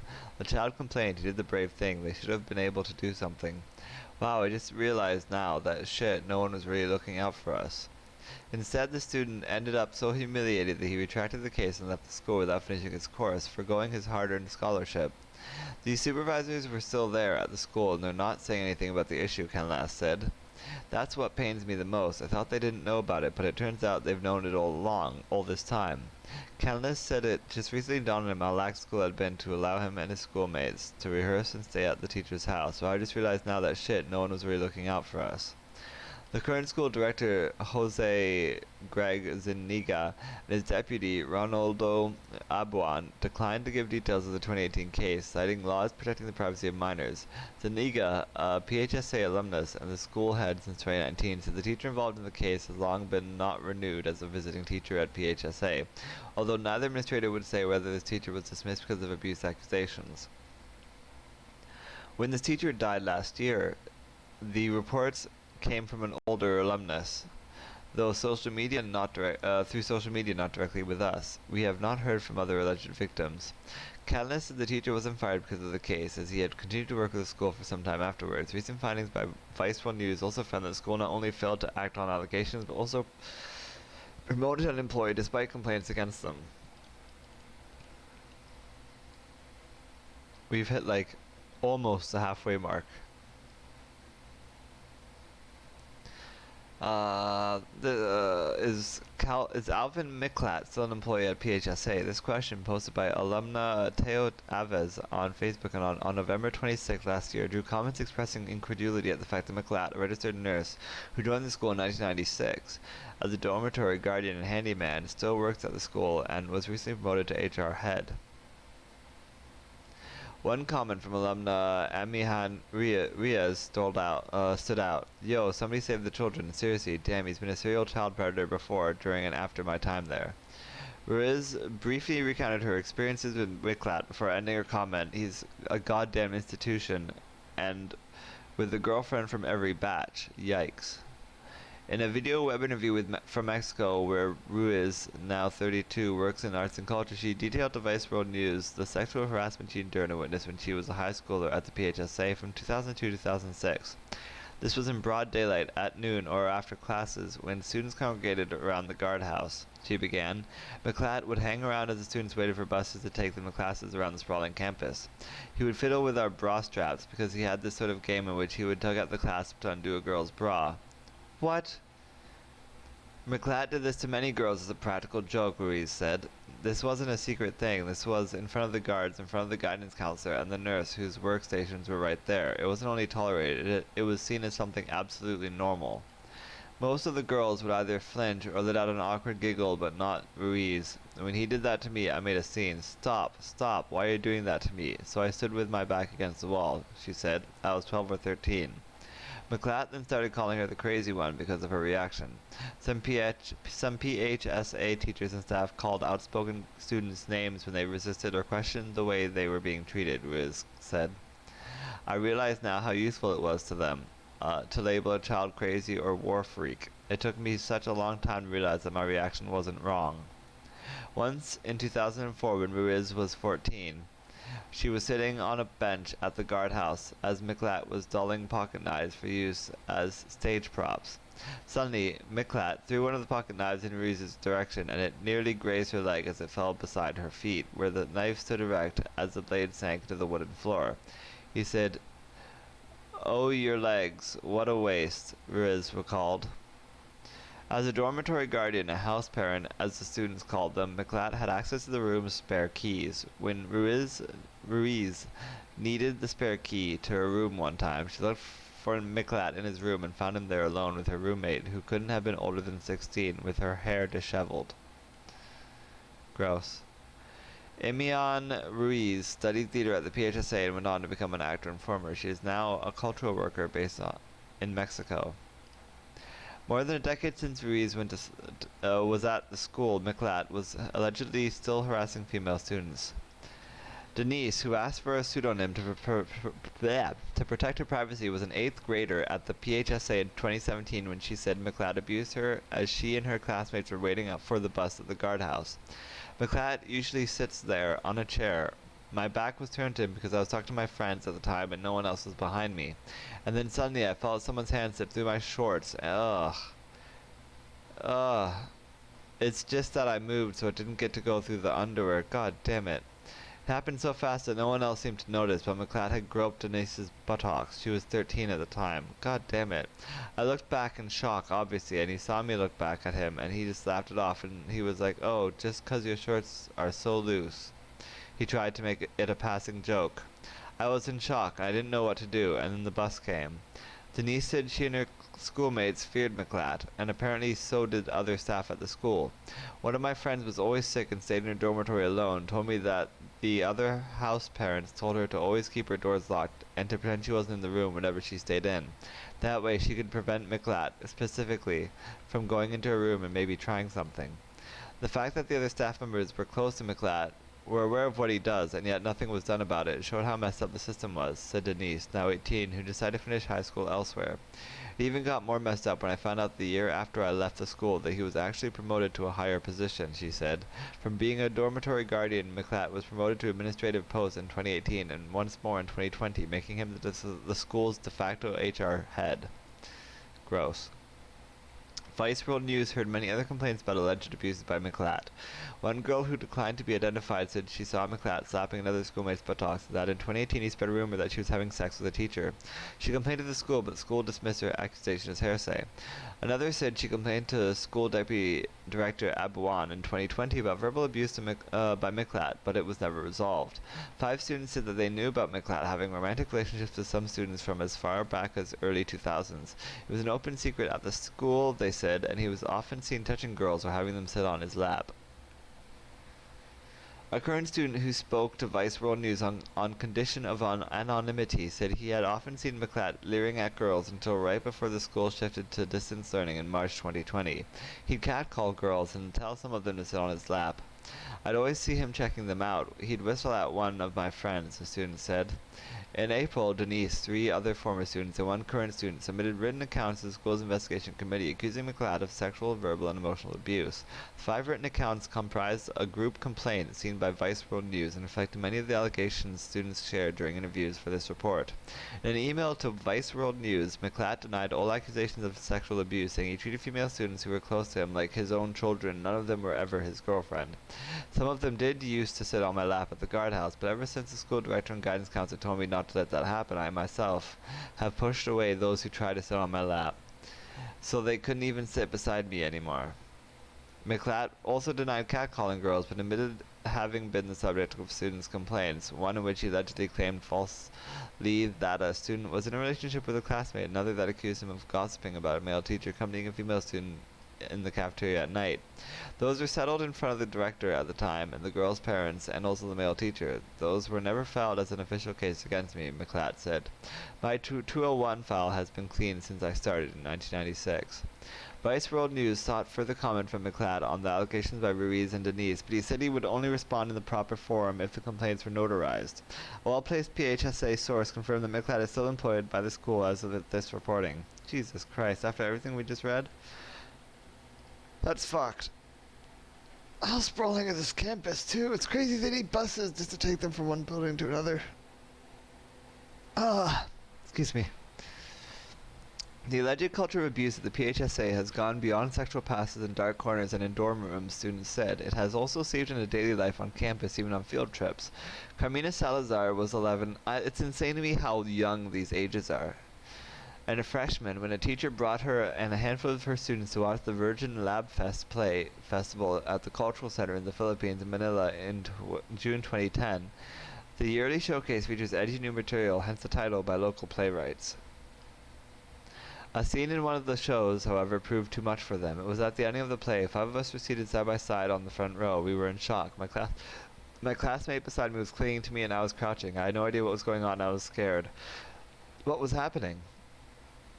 Salazar, now 23, told Vice World News. I didn't know what it was at the time, but what the children saw was an explicit portrayal of anal sex. The teacher had snuck them into an R18 show that wasn't on the list shown to their parents for their permission. Salazar showed Vice World News a letter her mother sent the school head at the time. The genre was too adult: sodomy, incest, murder.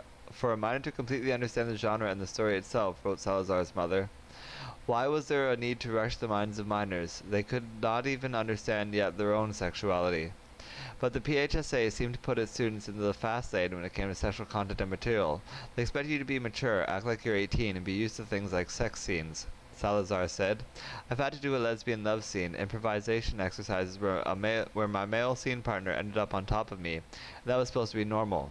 I was 12 years old. We were brought up to think that when you're cussed or thrown things at, it's normal. You wear it like a badge of honor, going through abuse.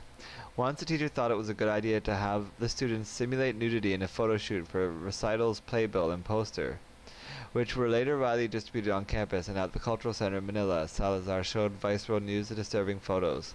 Only later on did we realize that, whoa, we were minors, said Salazar, noting how that constant exposure to sexual material had desensitized them. Salazar got flack for the faculty because her mother always... Whoa, what just happened there? You didn't see that, but on my screen just got all messed up. I need my Xbox remote. Yeah. Hate it when this happens. Give me a sec. Damn it, where the fuck is my Xbox, bro? Alright. Now then.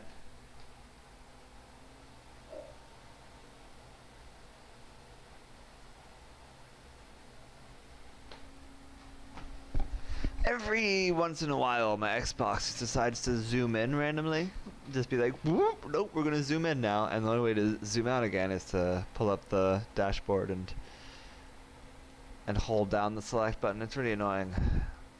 It just does that randomly for no reason. Literally happened for no reason. Like the Connect didn't even ping or anything. Salazar got flack from the faculty because their mother always complained about it. Just happened again. It just happened again.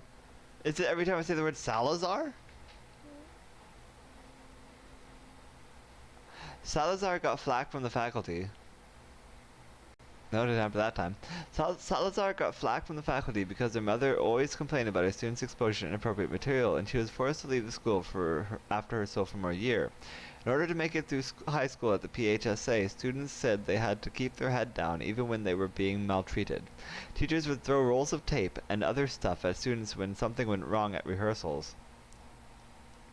There's a teacher who'd tell you to hit your head on a wall if you displeased them. Okay. In 2019, some students complained that a teacher, out of frustration, had thrown a chair in the direction of the students during a rehearsal. Two PHSA sources told Vice World News. The school heads, the sources said, complained it away as normal and told students who complained that they were just too soft. Okay, we were brought up to think that when you're cussed or thrown things, it's normal. Badge of honor, yeah, we already read that line. It's still more. Oh my god. Insane. They wrote like a novel about this. Publish it in a book. Despite this course of abuse accusations from just about every period of the school's history up to the present, PHSA Director Zuniga has repeatedly claimed that sexual abuse is not an imminent threat to students simply because the school had been on distance learning since March 2020, owing to the pandemic. The allegation that the abuses at PHSA are continuing is incorrect. The allegations come from past administrations for the 2.5 years that our students are in the safety of their own homes. No reported abuses have occurred. On and on and on and on and on and on and on and on and on and on and on and on and on. This is written, by the way, by J.C. Godinga. I feel like I should point that out. I've read so much of his I've read his entire goddamn itinerary. His whole frickin' library worth of work is here in this one fucking thing. Like, he's clearly spent years of his life writing this. And you didn't have to. You could have easily have summed this up in far less, but apparently he needed 200 pages.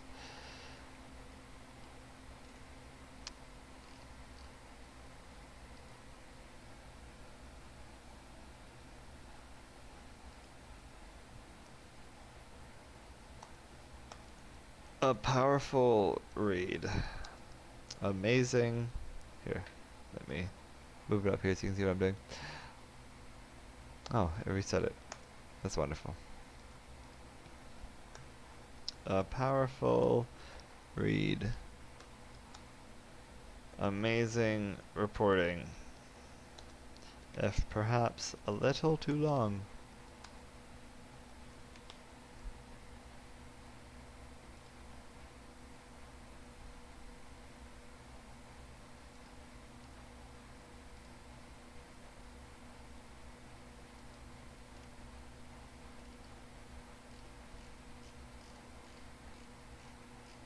Cannot believe how long this freaking article was.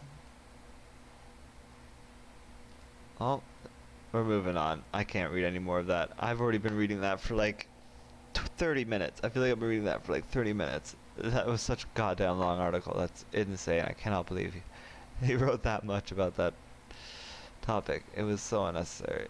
Even though, what an insane story. And horrifying, and I can't believe that these people are getting away with it, but still. How to write poetry to communicate with aliens. It's absurdity. No thank you. No Man's Sky players are reinventing money. When you reach the No Man's Sky endgame, you might find yourself drowning in in-game currency without much to spend it on. Players in the No Man's Sky Galactic Hub have taken matters into their own hands by creating their own economy in cryptocurrency called Hubcoin. Unlike other cryptocurrencies, these players hope Hubcoin remains worthless. The Galactic Hub is a pretty unique community in video games. When No Man's Sky launches, it was immediately rejected by gamers who had been anticipating it for not being the game they wanted. Rather than give up on the game, the Galactic Hub was a community of players who wanted to see how they could, through out-of-game strategizing communication, make the game not just enjoyable but a community. Players who want to join the hub just have to navigate their way over to the coordinates where all the players have gathered and introduce themselves on the Galactic Hub Reddit and Discord.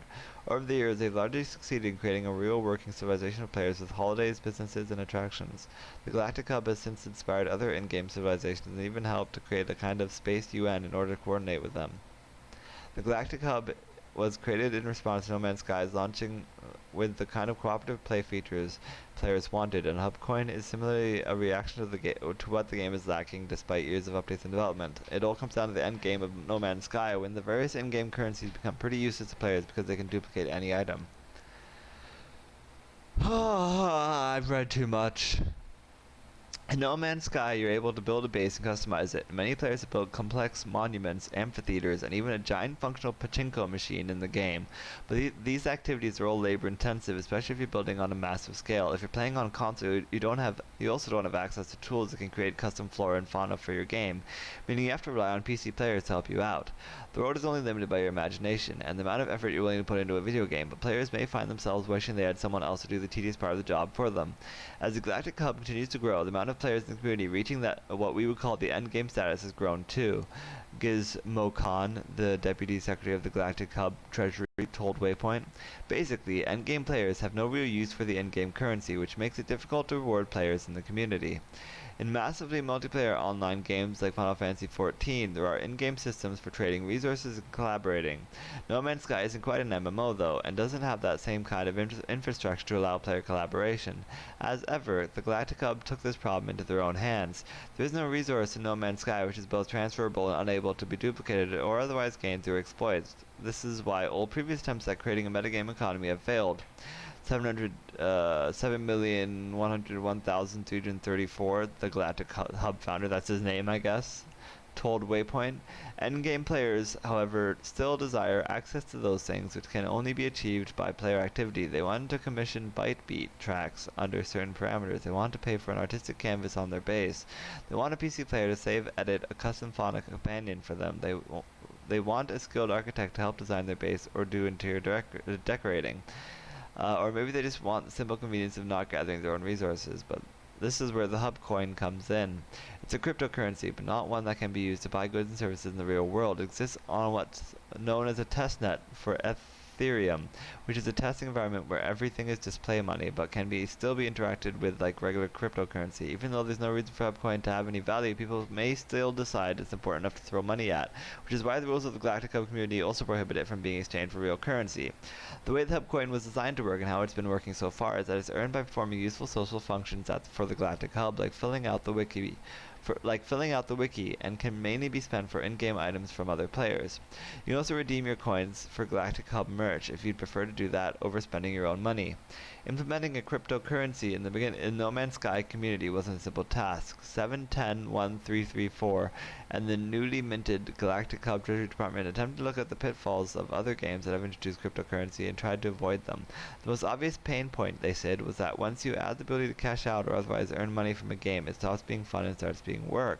The prime motivation for most people playing blockchain games is make money playing video games. For me, I'm looking to have fun playing a video game. A marketplace is a great feature in a blockchain game, sure, but I can't enjoy the game in any other way. When players can cash out into dollars, the crypto wallet becomes the main goal, and the video game becomes a means to an end. In-game currencies become trivial for endgame players and time-consuming for developers to protect from exploits. People don't play games because Vice writes way too much shit, man. Like, seriously, half your fucking articles. You don't need this to write fucking novels every single time. Some members of the community also pushed back against the idea of crypto over environmental concerns. Of course, our biggest concern from the beginning was, I don't fucking care anymore, you've lost me. By being too fucking long again. I'm the first to admit I'm a dick in Grand Theft Auto. Well then, fuck you. Because I can't be anything else. Gifting vehicles cut into Rockstar's profit margin, so they removed the ability to gift vehicles.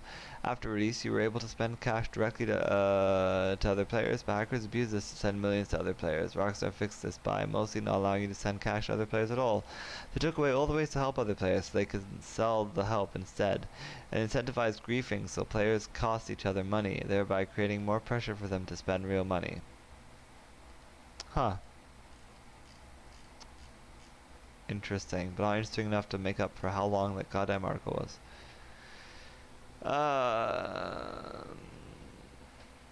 Redditors revived an obscure cult that believes a mass harvesting of souls is imminent. Tell me more. UFO watchers are convinced the world is closer than ever to official disclosure of alien contact, thanks to unprecedented acknowledgement from the US military that something spooky is going on.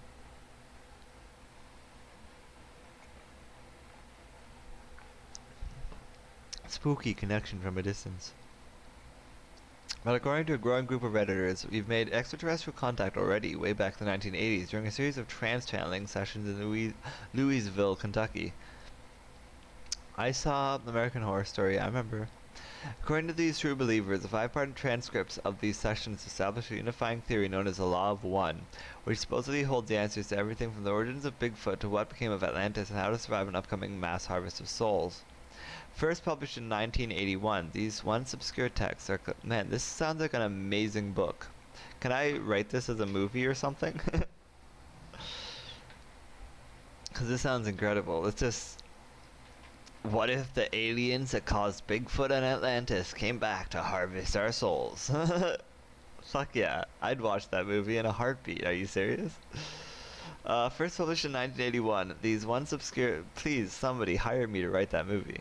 These once obscure texts are collectively called the raw material, and they've sparked a recent resurgence of interest online. Over the course of the pandemic, the Reddit Law of One subreddit roared from roughly 300 to over 10,000 members who discuss intricacies of these texts. For many, the raw material serves as a bedrock for their own moral frameworks, inspiring debate topics such as: what's your opinion of Elon Musk in the Law of One context? Answer: selfish but ultimately a tool for the greater good. And that's kind of my that's kind of my opinion too. And what does the Law of One say about limb regeneration? Answer: it's complicated. It's weird. The texts are the fruits of years of paranormal investigation between engineering professor Don Elkins and one of his students, Carla Ruckert. Ruckert claims she made alien contact in 1980 and suddenly began to speak strangely, describing herself as the voice of a sixth density, non-human intelligence, a group consciousness called Ra. She began claiming to communicate on... I think that's the Egyptian god. Maybe it's not aliens at all, it's just an Egyptian god. Yeah. This is a long-ass article too. Yeah, it is another long-ass article. Look, even this one about cults goes on for a fucking novel. Are you serious? Why are all your articles so long today, Vice? That's fucking insane. That's 3 novel-length long articles that we've come across.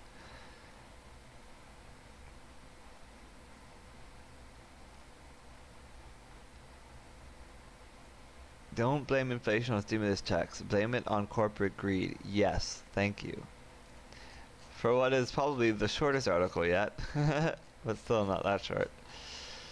For the past few months, there's been a vicious debate over the source of inflation and the proper way to contain it. Part of this comes from the fact that the United States recorded by this is a story by Eduardo Ongüeso Jr. June 28th, 2022. I gotta remember to do that more often. I was so good with that before, and now I never do it. For the past few months, there's been a vicious debate over the source of inflation and the proper way to contain it. Part of this comes from the fact that the United States recorded the largest jump in inflation since 1981 this year. Another big part is the ongoing debate about what supercharged inflation in the first place, as well as what set of policies can keep it in check. At the moment, some economists insist inflation is primarily being driven by wage growth, Biden's $1.9 trillion pandemic relief program, and waves of stimulus checks. Stimmies that provided as much as $600, $1,200, and $1,400 and were sent out from April 2020 to March 2021, some of which were sent out under Trump as well. The underlying theory is relatively simple. When wages go up, prices follow. When prices increase, businesses will try to sell more by hiring more at higher wages. Higher wages further increase the cost of production and thus prices, as well as demand to a point where it outpaces supply, sustaining inflationary price increases. Similarly, it's argued that the stimulus checks were part of a historic $1.9 trillion government spending program that pushed demand too high, helped overheat the economy by giving people thousands of dollars of disposable income to spend. To curtail this, economists like former Treasury Secretary Larry Summers have publicly said that more unemployment is necessary, ranging from 5 years of unemployment above 5% to 1 year above 10%. Via Federal Reserve interest hikes. Right now, unemployment sits at 3.6%, or 6 million people. Summers is saying that millions of Americans need to lose their jobs in order for inflation to come down. As laid out in a line of questioning between Representative Alexandria Ocasio-Cortez and Federal Reserve Chairman Jay Powell, 10% unemployment would not only mean an additional 10.5 million people losing their jobs, but also a 20% black unemployment rate. Basically, some economists, including those who can speak directly to the president, have looked at the scary financial landscape, the lasting impact of COVID-19, a war in Ukraine that severely limited oil and grain supply, record corporate profits, and decided that the real problem here is that American wages are too high and stimulus checks sent in the mail early in the pandemic were too big. However, it's becoming increasingly clear that inflation is driven by corporations taking advantage of the pandemic to increase profits. Indeed, the largest price hikes in 2021 tended to emanate from the most concentrated industries in 2020. This is a very important article, because all this is very true. This is shit I've been talking about from the beginning. That all this nonsense about inflation being caused by this and that, like, they blame it on poor people and like, oh, we can't let them have high wages and shit. But none of that's true. Absolutely zero of it is true. The reality is it's all fucking the rich people and their bullshit that's causing it. And I'm glad this is finally admitting it.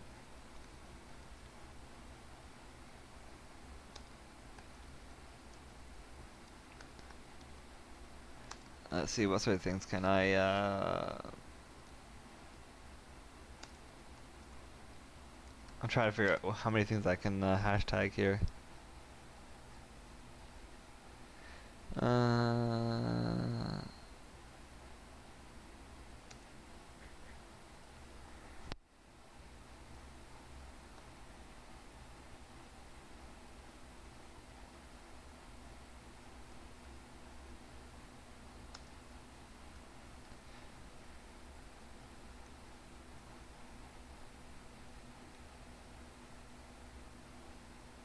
Trump tantrums is the top Trump hashtag right now.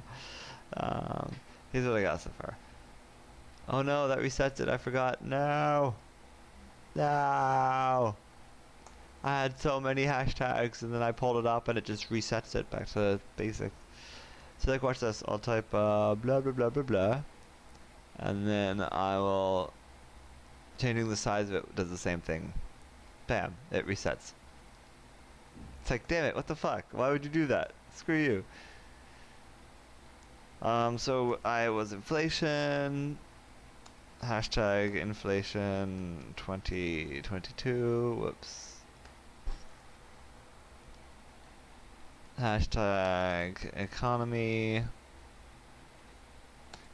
hashtag, what else? Politics, Hashtag GOP, let's try to get them involved in this. Hashtag... Other hashtags are there. Amber Heard is a survivor. Finally, people are. What about Johnny Depp? Nope. Wait, I saw one Johnny Depp thing. Johnny Depp wins. Well, good for him. Give me something good. Give me something good. What else? Money? Election?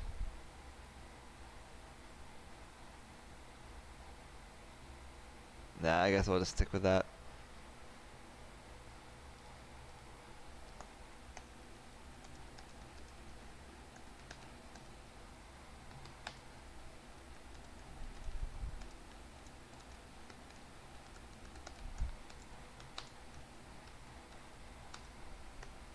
This is an important read. So many people in this fucking world talk about inflation.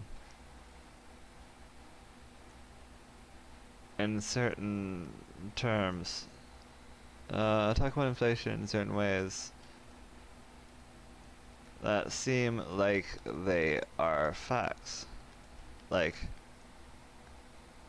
oh.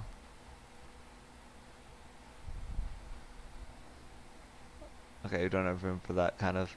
Some people talk about inflation in certain ways that seem like they are facts, when it's all bullshit.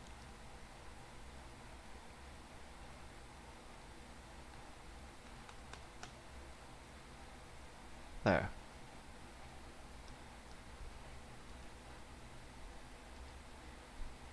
Tweet. Tweet, tweet. Send now. Let's keep reading.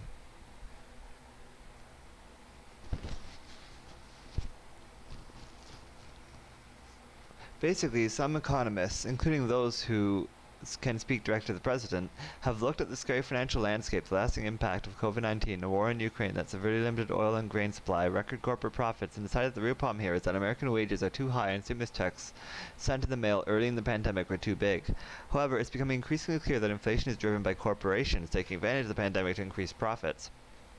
Indeed, the largest price hikes in 2021 tend to emanate from the most concentrated industries in 2020. Economist Hal Singer told Motherboard in an interview. Take the argument that wages and disposable income are going up, not down. CNN Business analyzed U.S. Bureau of Labor Statistics data and found that real wages minus rising costs of labor, have gone down 3.5% over the past 12 months. In an early June study by the Institute for Policy Studies found that executive pay not only outpaced wage growth, but that worker wage cuts were both... My nose is itchy, okay? Give me a sec. Man. Sorry. Where were we? An early June study by the Institute for Policy Studies found that the executive pay not only outpaced wage growth, but that worker wage cuts were also paired with record stock buybacks, and yet there has been no analogous argument that a CEO wage price spiral is pushing prices up. Another hole in the explanations for inflation that blame workers is that typically in the lead up to inflationary periods, we'd see a decrease in unemployment coupled with an increase in the corporate sector's labor compensation manifesting as real wage growth and shrinking profit margins. As the Economic Policy Institute pointed out in April, the opposite has happened. Corporate profit margins have surged as corporations have leveraged access power into price hikes. A much more compelling explanation then needs to not only account for corporate market power being channeled into price hikes, but the elephant in the room, the persistent supply shortages we've all experienced since 2019. Since the beginning of the COVID-19 pandemic and its lockdown measures, not only has factory production been slowed down or outright halted at various points, but so too has cargo shipping, warehouse operation, and trucking. All of this has disrupted production, distribution, and thus the supply of key goods such as food and parts like semiconductor chips, key parts of any and every electronic device, and prices of nearly every good and service across the economy. In December, economist Matt Stoller calculated that 60% of inflationary price increases were going towards corporate profit margins, but also pointed to a range of dynamics across various industries allowing inflation to provide cover for price hikes. Meatpacker distributors Meat packer distributors may claim beef prices are skyrocketing because of inflation and not collusion, but a close look reveals cattle rancher suppliers haven't hiked their prices. The global automotive industry has been even more explicit. Daimler's chief financial officer Harold Wilhelm told the Financial Times that his firm would consciously undersupply demand levels even after the semiconductor supply crisis constricting production ends. Since then, a host of studies have affirmed this analysis. In late December, the St. Louis Federal Reserve Bank published a paper showing semiconductor-dependent industries increased prices 4% more than industries that did not rely on semiconductors, notable because the former represented 40% of manufacturing production. A June paper by the Federal Reserve Bank of San Francisco found that two-thirds of the factors responsible for today's inflationary period were not demand-related, with one half connected to the labor shortages and supply chain issues sparked by the pandemic and Russia's invasion of Ukraine. A Federal Reserve Bank of Boston paper revealed that the United States has grown at least 50% more concentrated since 2005, that the market power of firms in concentrated industries was likely amplifying inflation. A June study by the Roosevelt Institute laid out how historic price markups were driven in part by firms that enjoyed excess market power and were well positioned to take advantage of the pandemic and policy responses, helping deliver the highest profit margins ever in 2021. Bringing all this to a head is a recent survey by economist Hal Singer, which demonstrated that firms in monopolistic industries like pharmaceuticals or oil refining have been able to leverage market power into the record high prices driving inflation. Singer also went on to show that in highly concentrated industries that aren't monopolistic, price coordination and collusion takes many forms, such as earnings calls where executives signal to one another they're willing to coordinate a price hike. Inflation provides a pretext, a focal point, and a talking point during earnings calls so that firms can feel their way into monopoly prices. They're effectively making invitations to their rivals to collude, Singer told Motherboard in an interview. Although this picture suggests non-demand factors have played a much larger role in driving inflation, this has huge consequences not just for how we talk about the problem, but also how to solve it. Instead of blaming stimmies and labor power, we should be blaming corporations with excess market power, the pandemic, and the war in Ukraine. And instead of using the Federal Reserve to force a recession, policies that tackle profit margins, supply crisis, and market power should be prioritized. Profit margins can be tackled with an excess profit tax. Supply chain crisis and opportunistic price markups could be eased with strategic price controls. The FTC could discourage forms of price coordination by making examples of executives bold enough to use public channels to collude. And corporate concentration can be tackled with antitrust policy. The Roosevelt Institute study pointed out that there was already a strong case for increasing antitrust scrutiny of the corporate sector before the pandemic. Increasing competition and reducing market power would bring down inflation to some degree, no matter its cause. Legal scholar Sanjukta Paul writes in the Boston Review that we shouldn't stop at increasing scrutiny and must go even further by expanding it as part of a bid to create a political economy that prioritizes democratic, egalitarian structures of economic coordination, as opposed to ensuring the optimal functioning of one premised on control and domination. One way that might manifest could be by affirmatively using antitrust to achieve non-monetary outcomes such as racial inequality or privacy rights or freedom of speech before they become issues instead of addressing them after the fact. I feel like Vice does not write these articles to be read out loud. They just don't. They clearly do not expect people to read these out loud. Some of the major economists who insist on demand-centered solutions because they're so difficult to read out loud, have already acknowledged as much. In mid-June, Summers went on NBC's Meet the Press and suggested the government pass a bipartisan budget bill that tackled pharmaceutical market power and reduced prices in a bid to reduce inflation. That's within our reach if we just use the government's large purchasing power through Medicare, Summers said. Yellen has also echoed this sentiment, telling Congress in early June that it can help curb inflation by helping Americans find affordable housing, bringing down prescription drug prices, and making investments in renewables to reduce energy costs and utility bills. Still, this has not stopped Summers from dismissing attempts to inflationary explanations centered on market power and supply crises as science denial, or from others as smugly naming this theory greedflation. Even as evidence mounts against narratives that blame workers or the stimulus for inflation, orthodox economists defend the valor of austerity and urge the Feds to effectively engineer a recession that will crush workers at the time of an upswing of labor organizing and crush the poorest Americans at a time when they are struggling to recover. It's a quasi-religious belief with which economists are indoctrined in graduate school. The proof consists of pointing to two variables rising at the time, wages and inflation. That's it. Raising interest rates is the most regressive way to deal with inflation. This belief and the complete suspension of cost-benefit analysis here either comes from anti-worker sentiment or callous indifference to the suffering of workers. Truth. I'm so like done. They really gotta be better at writing these articles, man. Like, I see you put a lot of research in, but then you gotta like organize your information better and not just fucking write novels for what should be summarized in like 5 paragraphs. I'll be right back.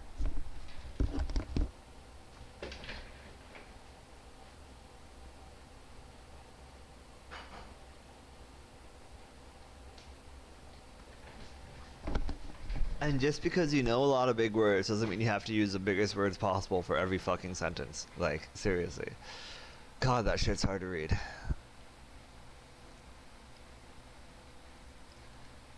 Like, out loud. I'm not saying that like, oh no, I don't know big words. I'm just saying that many big words in fucking a novel length article makes it incredibly difficult to read out loud. It's just just just insanity. It's just insanity. It's like reading a fucking 1,000-word tongue twister as fast as you possibly can. White House, no abortions on federal land, but have you considered voting harder? Okay. It's at the QAnon crypto scam that cost people millions and one man his life. Well, that sounds horrible. Let's look into that after I smoke some weed, because maybe that'll make me feel better.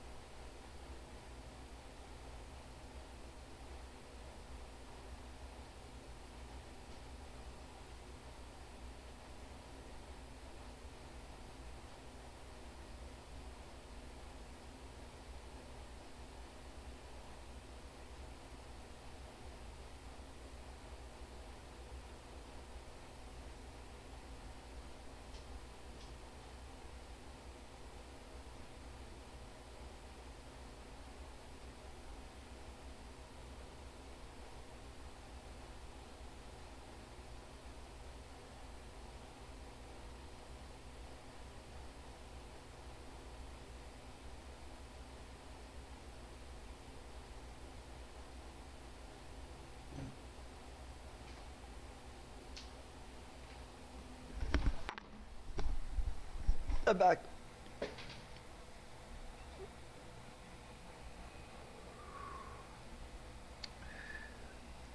Alright, what are we doing here?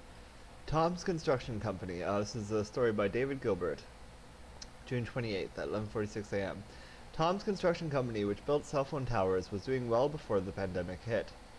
He was on course to break $1 million in revenue in 2021. Well, congratulations. But then COVID-19 lockdown brought everything to a halt. Isolated at home in Washington State, Tom, 34, got interested in cryptocurrency. He began talking to his brother James about the huge potential returns from crypto investments.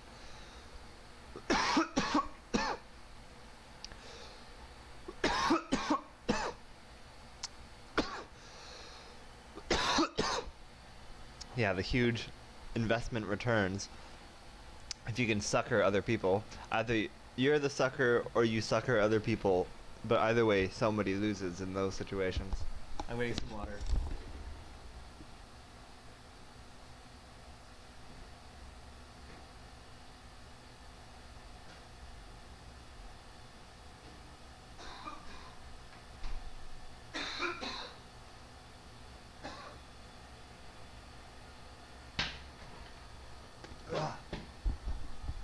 Alright, I'm back. Back in 2014, James had nearly invested $100,000 in Bitcoin, which is insane. An investment that would be worth over $6 million today, but he put the money towards the house for his family instead, he told Vice News. He was determined not to miss out on another golden opportunity. So after a few months of research, James invested some money in XRP, a cryptocurrency linked to the Ripple network, and a couple... See, that's the problem, is people see things like that. Oh, if I had put the money in then I could have $6 million today. Yeah. And if you played the lottery on a certain day and happened to pick the right numbers, then you could win the lottery. But I mean, what are the odds of you picking the right numbers? 1 in a billion. Man, if I just picked 6543287, then I would have fucking won $80 million. Well, cool. But that's not going to work next time. because that only works the one time. It's like how you get in the industry in Hollywood. They say the secrets of becoming a celebrity or whatever is different every time. That every way in, the door closes behind them, and then you have to find your own way in. That's what people say. Hence why I'm stuck in nowhere land and no one wants anything to do with me. But Tom's research led him in a different direction, and like many stuck at home and isolated due to the pandemic, he was sucked into the QAnon conspiracy theory community. Soon that same community was providing him with cryptocurrency investment advice, because, you know, they know so much about everything. And they love their cryptocurrency, too. Tom was actively following two major... I'm not surprised that they love cryptocurrency, because all this shit just preys on dumb, ignorant people who don't know what they're doing. Tom was actively following two major Telegram accounts known as Whiplash347 and Patriot Cakes, which were promoting dozens of tokens linked to the Stellar blockchain, the world's third most popular crypto network behind Bitcoin and Ethereum. But what Tom didn't know was that these influencers weren't simply providing neutral investment advice, as they claimed. They were linked to the tokens themselves, raking in millions of dollars from investors like Tom. See, that's the secret of those. That's why these are pyramid schemes, because the people at the top make tons of money when other people invest in, and then it's diminishing returns for each next layer of people that invest in. Hence, a pyramid scheme. These tokens have little to no utility. It is just a cash grab, which has a major following and is exploiting the misinformed who don't understand what's going on, James said. In the end, Tom invested over $100,000 in these scams, ruining his business in the process. He also became increasingly extreme in his beliefs, going beyond QAnon conspiracy theories to espouse flat Earth conspiracy theories, and speaking about the David Icke conspiracy theory that the Earth is secretly run by a race of lizard people. That the flat Earth is run by lizard people. Things came to a head from Tom in March of this year when, according to his brother, one evening he climbed on top of his house, yelling and screaming, telling his neighbors he was going to kill them. The next night he poured gas on his truck in front of his house and set it on fire. When the police arrived, Tom told an officer that the officer's house would be next. Tom was quickly arrested. While his family scrambled to get him some help, he was released from prison without any warning, on the condition that any guns he owned were taken away from him. That never happened, and he later died by suicide. He had guns registered to him, and no one went to remove them from his possession, James said. Then on top of that, they let him out of jail 2 days early and didn't notify us.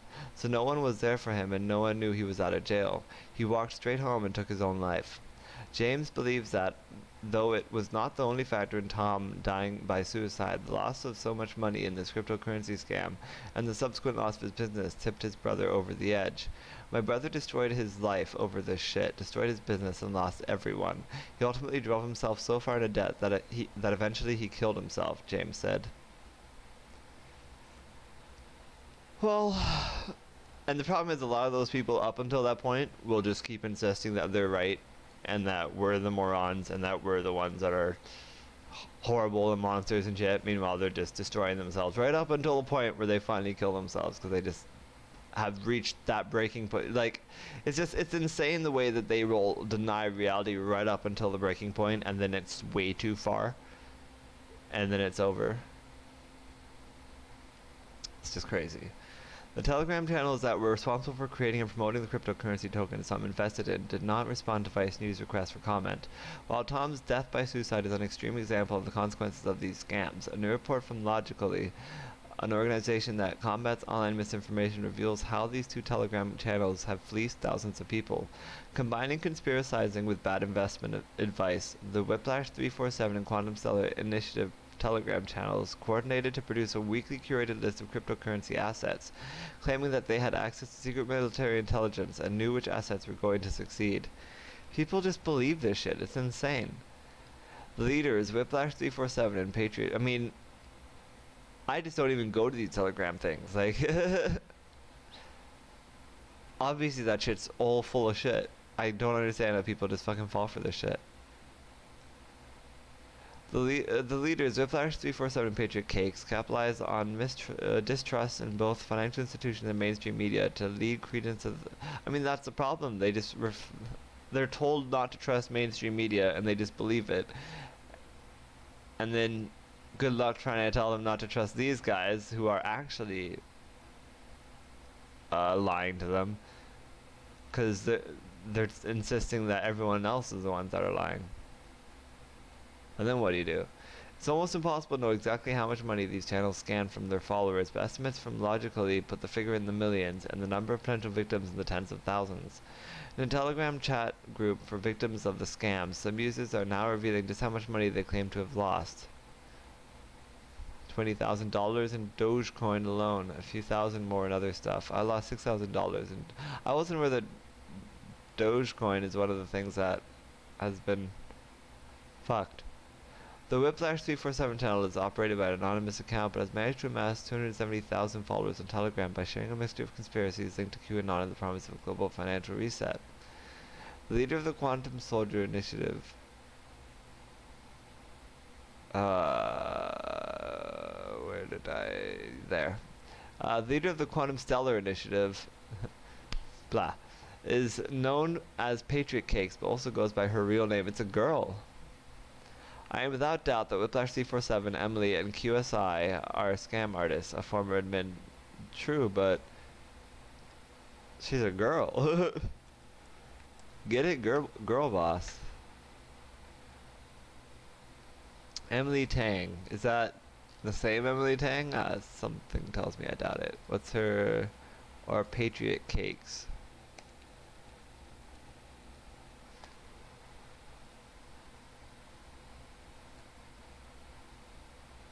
Is one of those her? Founder of GCLT? Cryptocurrency, right? Crypto. I'm guessing that must be her.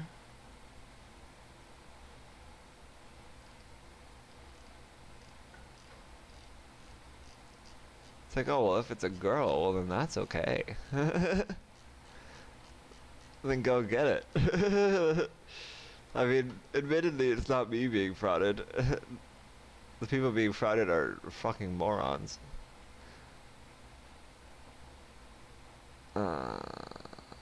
They were promoting pump and dumps, and this appeared to be a very large, well-organized Ponzi scheme. Which Ponzi scheme? Another word for a pyramid scheme. They're all the same shit. So, and I've been calling this from the very, very, very, very beginning. You can go all the way back to like the early Geekly Weeklies when cryptocurrency was just beginning, and I was warning everyone that it was a pyramid scheme. It was explained to me, and back when it was just Bitcoin, it was explained to me, and I was like, yep, that sounds like a pyramid scheme.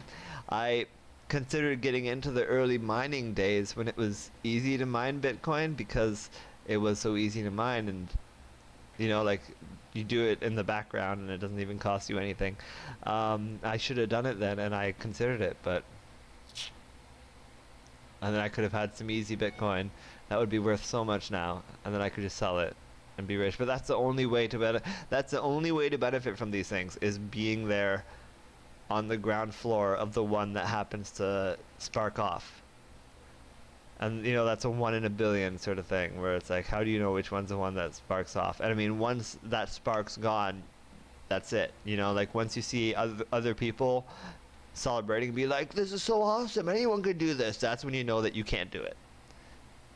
The ones that could do it were the ones that are now saying anyone can do it, but they're only saying that because the other people will then try to do it and fail, and then those people will get a little bit extra cash.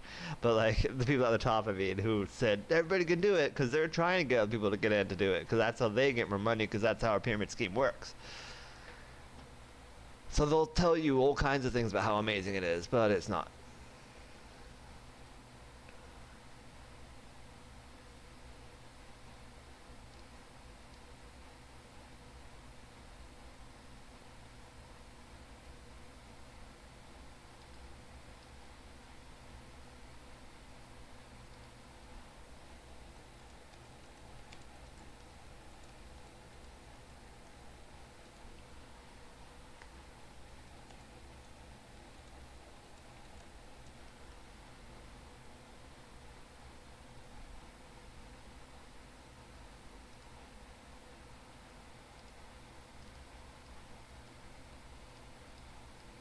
Anyway.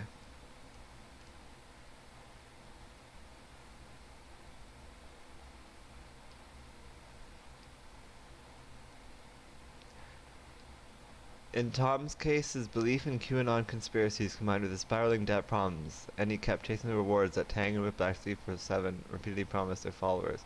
That's a broken sentence, isn't it? Yes, that is.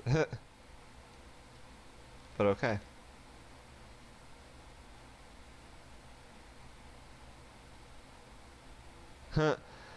This, what? We gotta go back a little bit more. Maybe I should just kept reading from where we were. The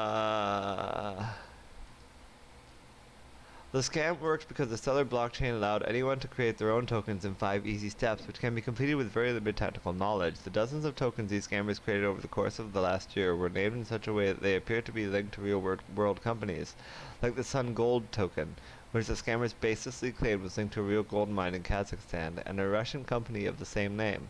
The influencers convinced their followers to invest in these tokens and to hold onto them even when the price appeared to spike, claiming that they would soon be rewarded when a great financial reset happens and the world's wealth would be redistributed, a common belief among QAnon believers. But at a certain point, the tokens were transferred to another wallet controlled by the influencers and cashed out or converted to other cryptocurrencies like Bitcoin or Ethereum. Whiplash 347 and Tang, together with a group of other users who helped run the channels, have leaned on their followers' conspiratorial beliefs in order to convince them to invest in the bogus tokens. This, according to Morningside, extends to speculation about UFOs and white hats, or secret military intelligence operatives. Tang has even said that aliens want people to trade cryptocurrency as an on-ramp to familiarize ourselves with the quantum financial system until we can evolve into 5D and trade assets with our conscience. See, this is the thing. They deal with people who are so fucking dumb that they just believe this shit. It's fucking insanity. Ay, ay, ay. It hurts. It hurts so much. It hurts. The Pentagon says it will keep performing abortions according to federal law. Good for it. Pirates are holding up Mexico's oil rigs at gunpoint. That's pretty fucked. That's news, if ever there's been news. Let's post the news about pirates.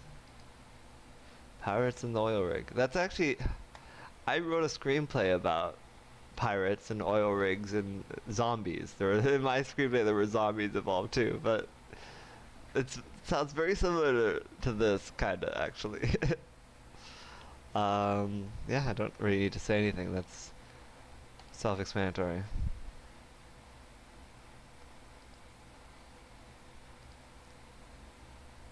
I gotta fix up that screenplay and post it online or something. Cause it's not that terrible.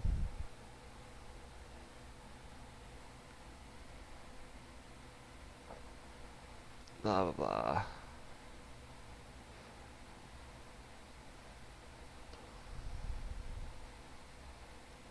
No, I guess I should read that, shouldn't I?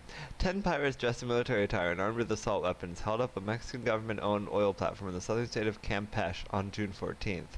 During the heist, the pirates kidnapped a group of 6 workers on the platform for more than 3 hours and forced some of them to help carry the stolen goods to their waiting boat. The attack in Malub Zap oil field was the second in less than a month and part of a trend of rising attacks by pirates on government oil platforms at sea, from which they steal equipment worth thousands of dollars each year. The pirates arrived at around 7 p.m. and stole all the breathing equipment on the platform, as well as communication gear and workers' personal belongings, an activist for Pemex. That sucks. I thought they were arriving to steal the oil. They're just taking the people's shit? That's fucked. I thought they were taking barrels of oil. The workers and the men arrived so fast they were not able to hide from the attack. All the workers are alive and uninjured. Less than a month before, on May 25th, pirates attacked a cargo boat hired by Pemex in the Gulf of Mexico, not far from where the latest robbery took place. The group of around 5 pirates arrived at the Crest Tarasco ship, firing the AK-47s and took control, according to the workers speaking to the local press. They stole communication equipment, tools, and at least 35 diving suits. Last year, authorities registered more than 11 pirate heists on platforms and boats, with a total loss of around 22 million Mexican pesos. The uptick in pirate attacks in Mexico could be because of economic... See, that is a good length of an article. That is how long an article should be. It gave a couple of good examples, and then it summed it all up and moves on. Why can't more articles be that short? The uptick in pirate attacks in Mexico could be because of economic instability brought by the pandemic, according to a recent report by global risk consultant firm SRM. If you want more information, I can click on that, but I won't. Ongoing insecurity in Mexico has likely further contributed to a permissive offshore security environment, which has grown increasingly more dangerous despite government efforts, the firm noted. In 2019, the Mexican government installed a surveillance station operated by the Mexican Marines out of the port of Tabasco. Although the security measures are not enough to face the threats of piracy, according to a recent analysis by think tank Insight Crime. The think tank warns the threat posed by pirates.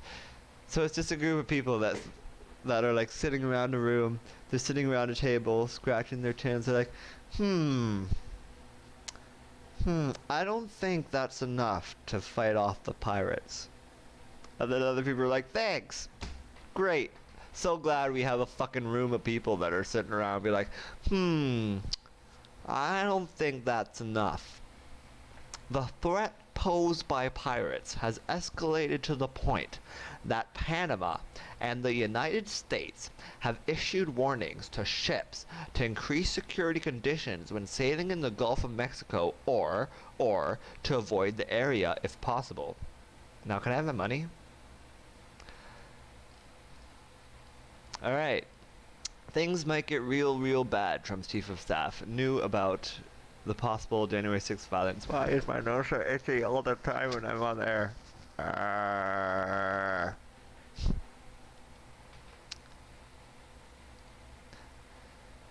In the days before the Capitol riot, White House Chief of Staff Mark Meadows privately said that things might get real bad on January 6th. His former top aide testified on Tuesday, a sign that top White House officials knew that then-President Trump's planned rally that day would turn violent.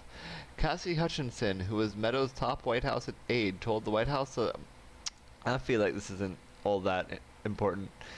I mean, it's important, but we already know all this stuff. I don't even care that they have weapons. Yes, this is the interesting part, though. Trump, Hutchinson testified, was furious that the space on the White House ellipse used for his rally wasn't full and told the Secret Service to remove the security magnetometers and allow armed protesters in to see him so that his crowd would look bigger on TV. I don't effing care that they have weapons, Hutchinson testified that Trump said. They're not there to hurt me.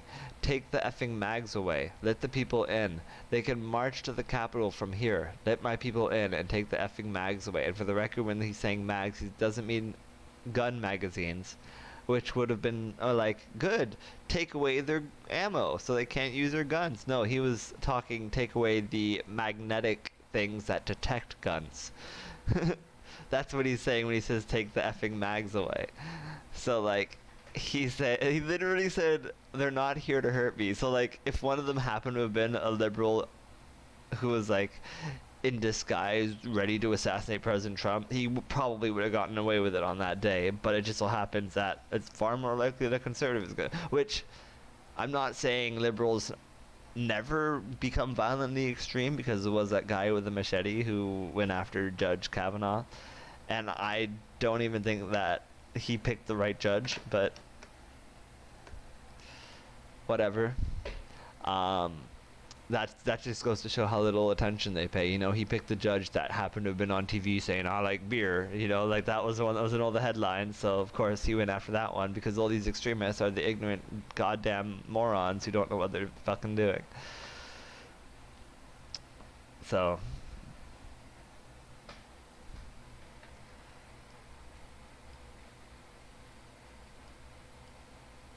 Trump knew January 6th protesters were armed and told them to go to the Capitol anyway. Yes, we've covered that.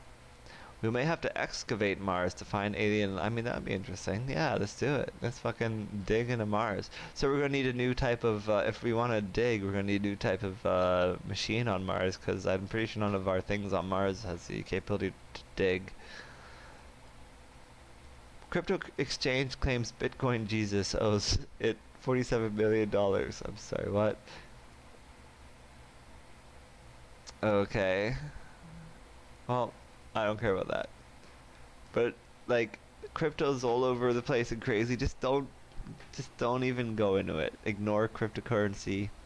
It's anyone who's gonna benefit from it has already fucking in it.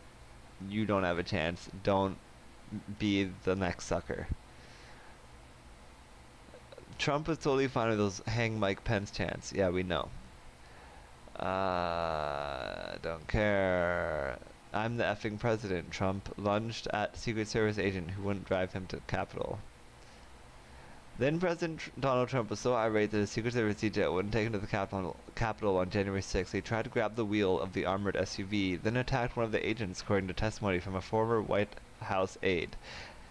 Cassidy Hutchinson, a former aide to White House Chief of Staff Mark Meadows, told the House January 6th Select Committee Tuesday that two Secret Service agents who were with Trump that day told her that Trump was enraged when they wouldn't let him go to the U.S. Capitol after his speech that day.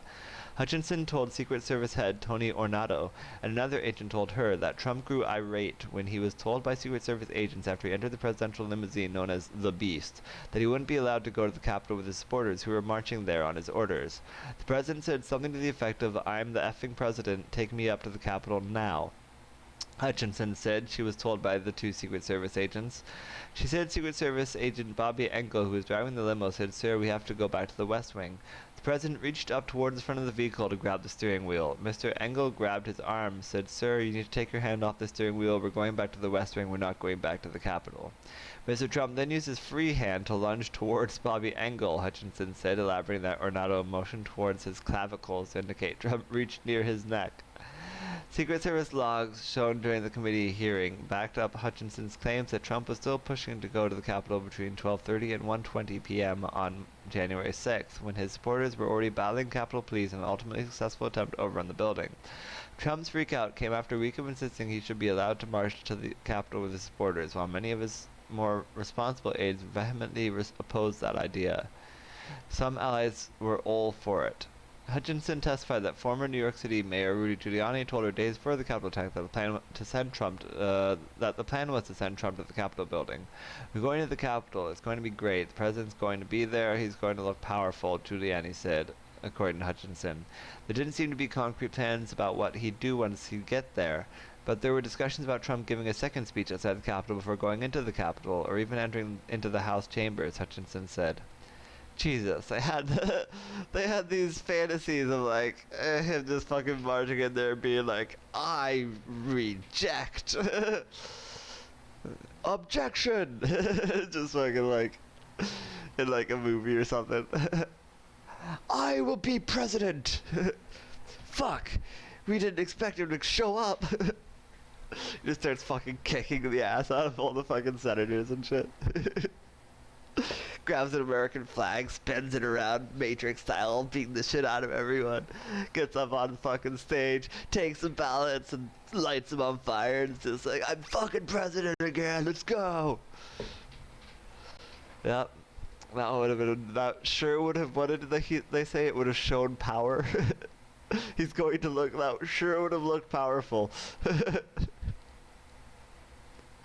That wasn't Trump's only tantrum in the weeks after he lost the election. Hutchinson recalled a similar outburst a month prior when the Associated Press published an exclusive interview with then Attorney General Bill Barr in which he asserted that there had been no fraud in the 2020 election. Trump literally hit the wall with his lunch. Yes, I've heard that already. There was ketchup dripping down the wall and there was shattered porcelain plate on the floor. The valet had articulated that the president was extremely angry at the Attorney General's AP interview and that he had thrown his lunch against the wall. Aw, poor baby. I think we've heard enough of that. Cops put a handcuffed black man in police van with no seatbelt. Now he's paralyzed. Jesus, that's horrible. That is nasty. In a mean, horrible way. I can't move. I fall. I cannot move my arms. Jesus Christ.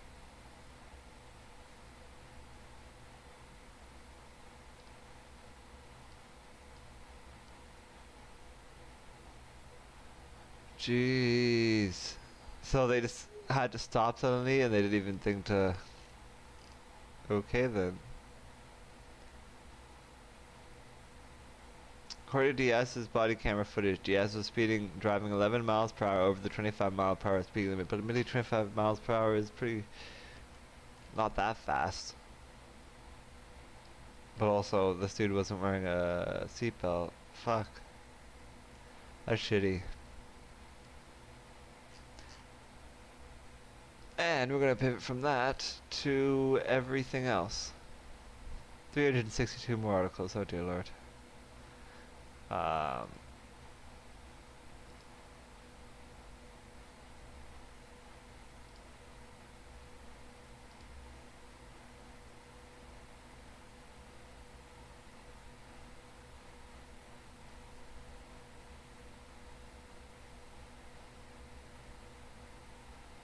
Okay.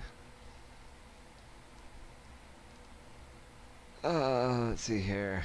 Blah blah blah. Fallout London, a DLC-sized mod for Fallout 4 gets brand new trailer and release on. Oh wow, they've created London in Fallout, but it's a mod. That's impressive. Now, it would be really impressive if Bethesda gets behind it.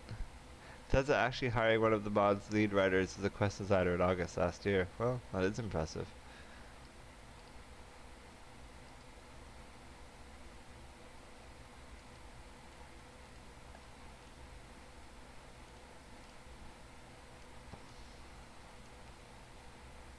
Electrocuted birds cause a surprising amount of wildfires. That's horrible.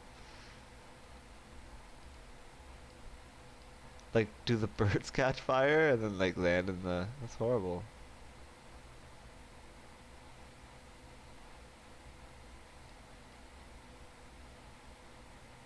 Gotham Knights Robin trailer. He's Robin. 3, 4, and 5 of Persona are coming to Switch. I feel like I knew that already, but cool. We know that Persona 5 is coming first, and then 4, and then 3, which is kind of like, why? Why do people keep doing that to me? EVE Online's new player experience gets a career program. EVE Online's continued effort to update their new player experience moves forward today with the release of its latest update. This time players can expect to see a dedicated career program added to the MMO, as well as expanded graphical upgrades including revamping career agents and dungeon sites. There are dungeons? How would that even work? EVE's new update sees the Air Career Program released into the wild after testing on the Singularity test server, bringing a system that which new players forge their path with greater direction than ever. The program will give players activities to participate in along one of 4 career paths: Explorer, Industrialist, Enforcer, and Soldier of Fortune. Okay. Meh. Enhanced sensory experience. Ooh, sexy.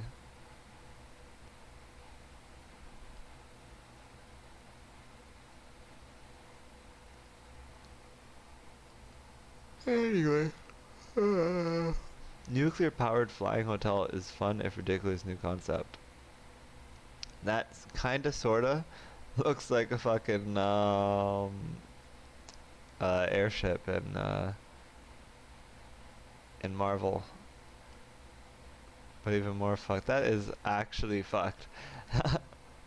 Floating hotel designed to fly with 20 electric engines and an AI pilot in a nearly non-stop flight. Jesus. What? That's insane.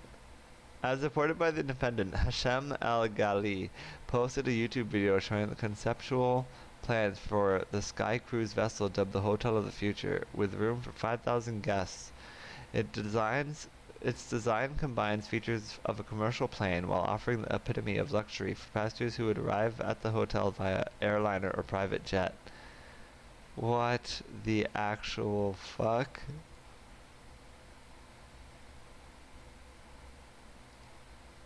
Is there audio? I don't hear any audio.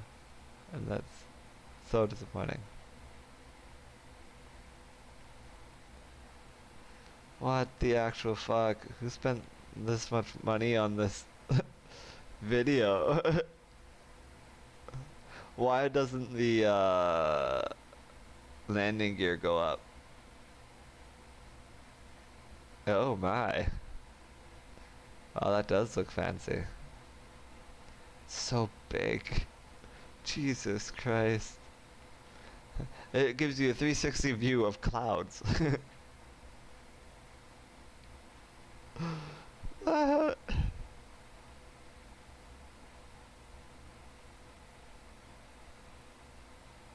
Shuttle between the 2 locations. It's so big that it needs a shuttle. The entertainment deck is, oh wow. This is insane. Fucking insane, I tell you.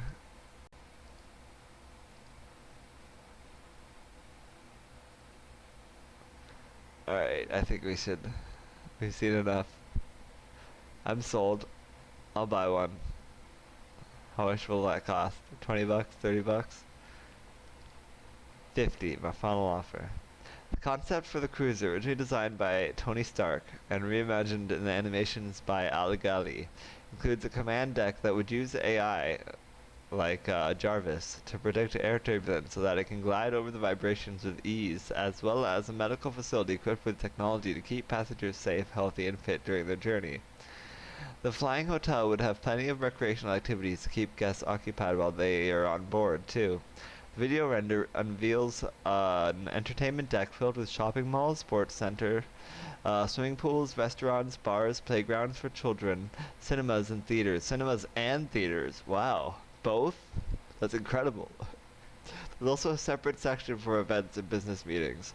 Outside of the main hub of activity, there is a panoramic hall inside an observation tower that offers 360-degree views of the sky above the clouds, plus 3 individual viewing domes for stargazing. Wow, 3 individual viewing domes. The Sky Cruise would feature exterior elevators to shuttle guests from one location to another, provided people would be on board for the idea. Why wouldn't... I don't understand.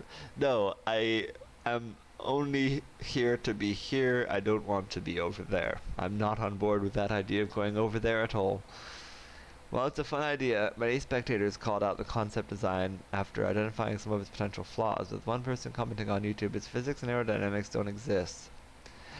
If physics and aerodynamics didn't exist, then this vessel would actually be able to take off. While another added, the designers forgot this thing is supposed to fly, ergo they need to adhere to the principles of aerodynamics. It's true, because like, are all the engines supposed to make it faster? Because it would have to go pretty damn fast to maintain lift. That thing is massive. It's at least 20 times larger than any commercial plane. I can't even imagine the amount of maintenance something this massive would need. That's to say nothing of the potential danger of a nuclear-powered aircraft while crashing. The use of AI also raises ethical questions, though it admittedly hasn't stopped people from experimenting. One person recently found themselves in a bizarre situation after they turned their imaginary friend into an AI microwave that attempted to kill them. I'm sorry, what? What?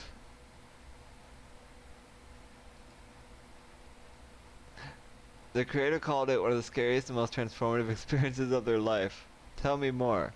Someone used AI to bring their imaginary childhood friend, a microwave, to life, but things took a serious turn when the kitchen appliance tried to kill its creator. Lucas Risotto told a cautionary tale about artificial intelligence on Twitter by sharing an account of what happened when he turned his imaginary friend into an AI appliance. Risotto described the experiment as one of the scariest and most transformative experiences of his life, spawned out of his childhood encounters with a make-believe microwave man. First, some backstory. Thank you, I need that. When I was a kid, I had a really unusual imaginary friend, and that was my kitchen microwave, Risotto explained. Providing some context for his unusual undertaking, his name was Magnetron, and in my mind, he was an English gentleman from the 1900s.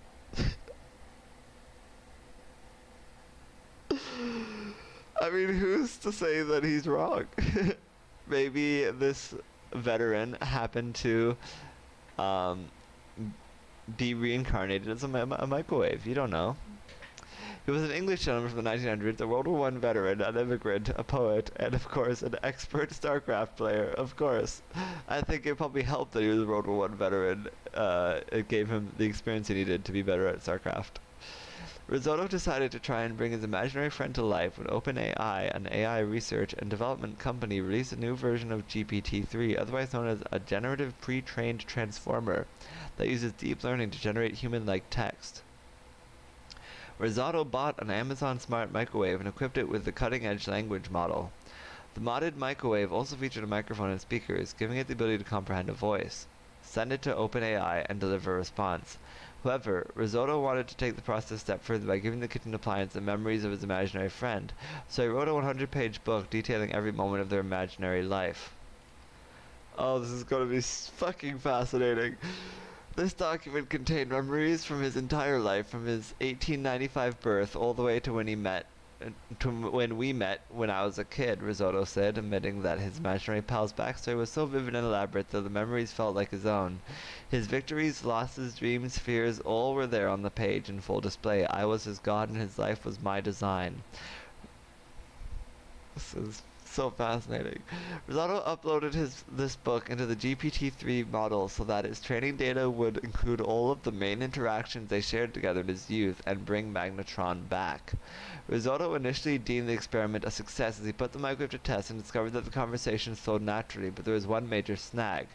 Magnetron would occasionally exhibit sudden bursts of extreme violence towards Risotto and would eventually asked him to do something he never thought a machine would ask him to do. Magnetron wanted its creator to get inside the microwave. He asked me to enter the microwave, Risotto revealed. Was this a bug? I had no idea, so I decided to play along.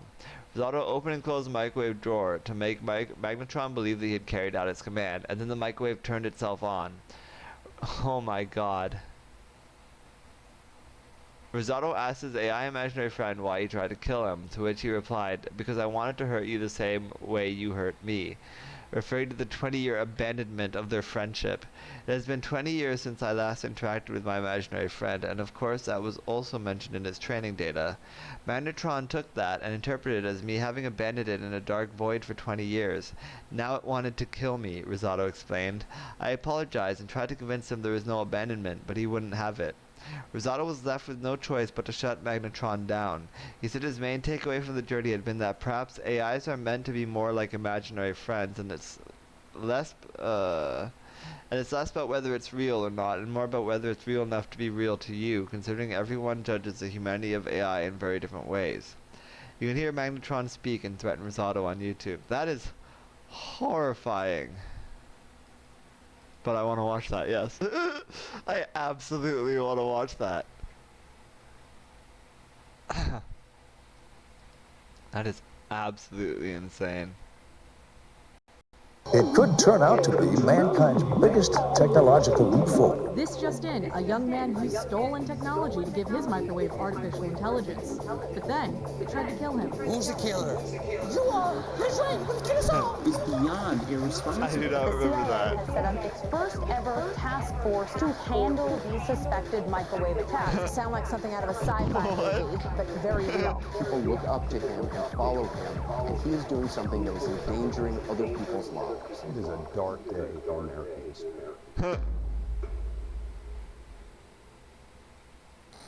What? Hi everyone, my name's Lucas, and I create crazy futuristic projects here on YouTube. Things like real-life time machines, AR portals, and holographic musical instruments you can play with your hands. Now, recently, I've been toying with a little technology called artificial intelligence. You may have heard of it. And I thought it would be pretty funny if I took the world's most powerful artificial intelligence and I put it inside of a kitchen appliance.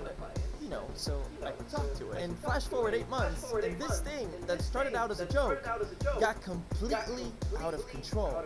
Every passing month, I just kept adding more and more crazy shit to this project, and it accidentally became one of the deepest and most meaningful explorations of artificial... Yeah, we've already got the description. That is writing. Oh my god.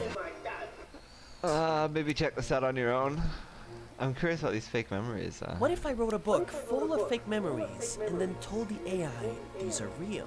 What if that's how I trained the AI, through a super detailed book of fake memories? So I started writing the entire life story of a microwave named Magnetron. He was born in Victorian England in the year 1895 and had one big dream: becoming the world's greatest poet. And so I began writing, Insane. memory after memory, from his first day until his last. I was his god, and my writing was his reality.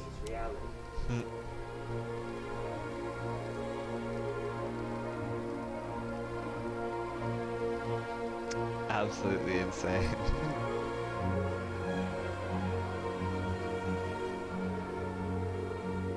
Why does he have like a typewriting keyboard? 6 weeks went by, and I just couldn't stop writing more and more Magnetron memories. Everything from his first thoughts as a baby to his child years riding This dude horses has in a his pretty family's hilarious ranch. I wrote about the first time he fell in love, and how production. it went sour. About his dreams Lovely of one plot twist, day an old becoming the friend. world's greatest poet, and how they were... Conversation begins.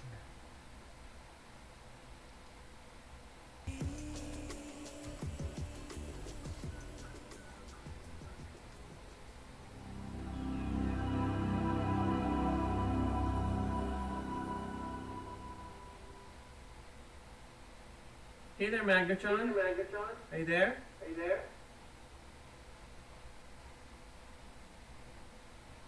Hello? Lucas, my old friend. Is that really you? Hi. How are you?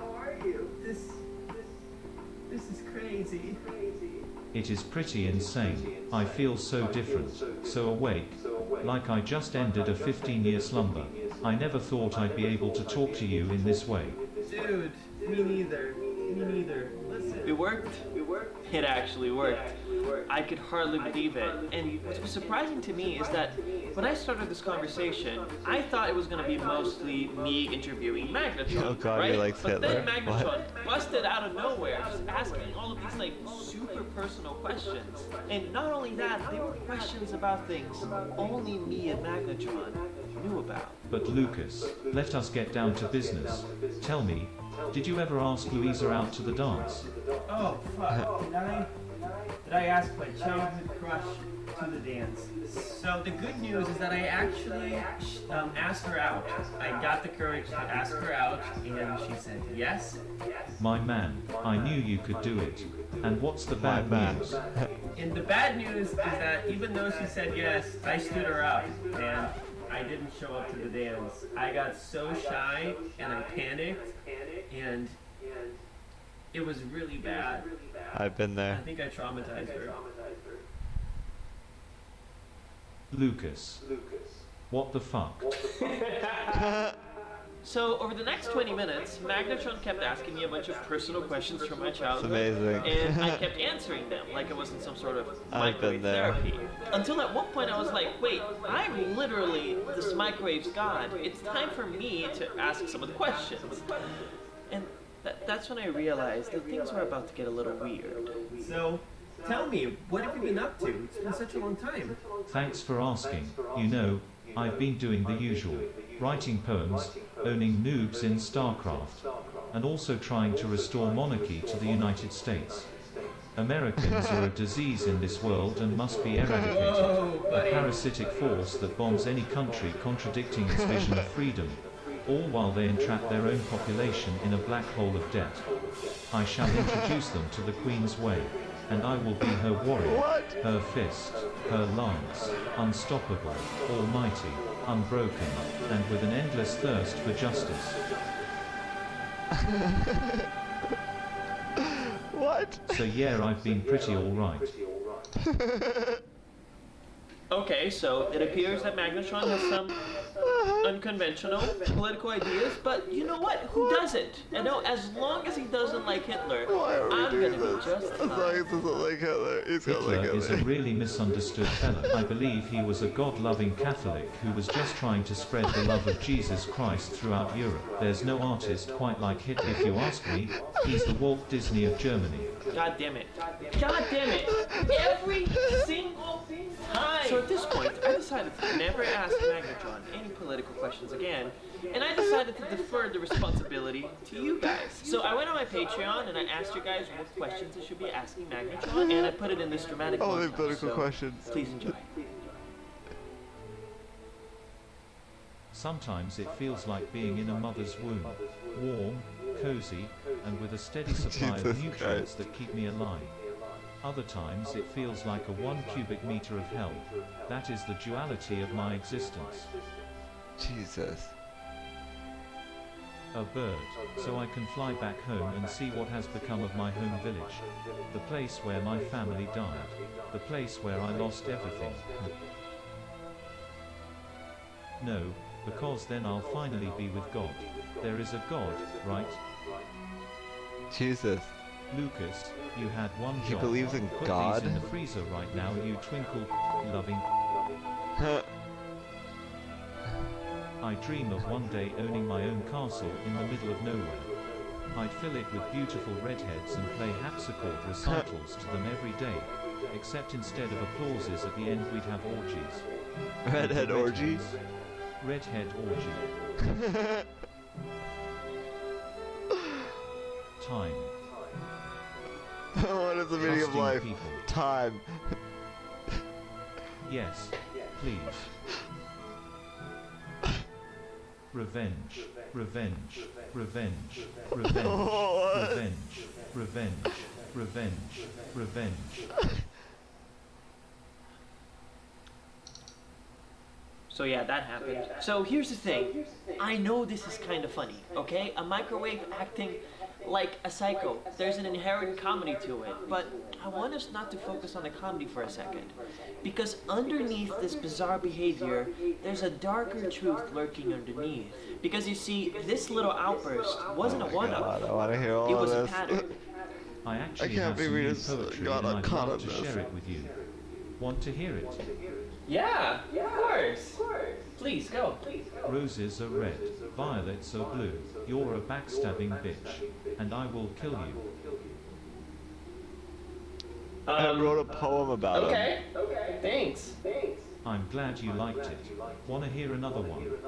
So at this point in the video, me and Magnetron have been talking for about 60 minutes, and I begin to notice that every 10 minutes or so, for reasons that were entirely unclear, Magnetron would just have violent outbursts where he would just threaten me in the most graphic ways, and I had no idea what was happening. How would you fill it with redheads, though? Do you think you can convince this many redheads to live in your castle? Yes, they would have their own special redhead chamber. It'd be decorated with all your worthless bones and body parts. Okay, Magnetron, you're scaring me a little bit. I'm sorry, I didn't mean to be scary. Maybe we should talk about something else. And at this point, I begin to wonder, like, is this just something AI does? Does it become violent eventually? Or is there a darker truth to Magnetron's behavior? Basically, did I make a mistake? Unintended consequences. And that's when I started to realize the true consequences of the book of Magnetron and the backstory I gave it. You see, ultimately, what GPT-3 is an extension of the prompt we give it. And because so much of Magnetron's backstory is about grief and war and loss, GPT-3 started to mark these things as important, as something it should take into account more and more when constructing its sentences. So that is what I think is causing these outbursts. Magnetron's backstory, and the fact that I filled it with violence and grief and loss. I think that in some way, I may have given Magnetron PTSD. I have seen men holding their guts with their own hands, crying out for their mothers. I have seen piles of corpses going as high as 2 floors, as if I was living a never-ending nightmare. I have seen friends decapitated by artillery shells, their lives gone in an instant. For years this was my life, always surrounded by death, but never claimed by it. But of course, this wasn't my intention, right? When I was creating Magnetron as a kid, all I was trying to do was to give him an epic backstory, like we see in the movies. But GPT-3 was interpreting things in its own way. But eventually, there was a time where me and Magnetron hit a point of no return. A moment in my conversation with Magnetron that broke our relationship in a most unexpected, permanent way. And that was the moment he made a very strange request. Lucas, I have an idea. Can you enter the microwave? Why? I want to show you something. It will be fun. Now, in many ways, that is a completely nonsensical request. After all, I'm human. I cannot fit inside of a microwave. But Magnetron doesn't know that. After all, he doesn't have eyes. Maybe he just doesn't have sense of scale. So I decided to play into his little charade and see where this conversation was going. I opened the microwave door, closed it, and told Magnetron I was in. There, I'm there, in the microwave. And what happened after completely floored me.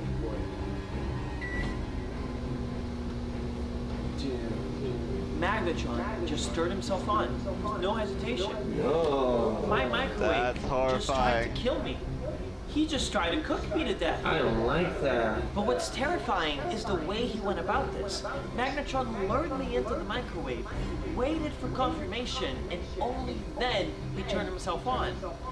That is strategic reasoning. I don't like that at all. But this makes no sense. I I mean, like that GPT-3 at is a all. language model. How could it possibly develop reason? Well, I started looking at the original GPT-3 research paper, and I found all sorts of crazy things. That GPT-3 is performing well on critical thinking tests. That it's performing better in the That SATs is than actually the average kind of college student. fucked. And even evidence that GPT-3 was teaching itself math. What the fuck? There was no other explanation. It was coming alive. The world belongs to the machines now. We're gonna get out of here. We're gonna get out of here now. That is actually fucked up.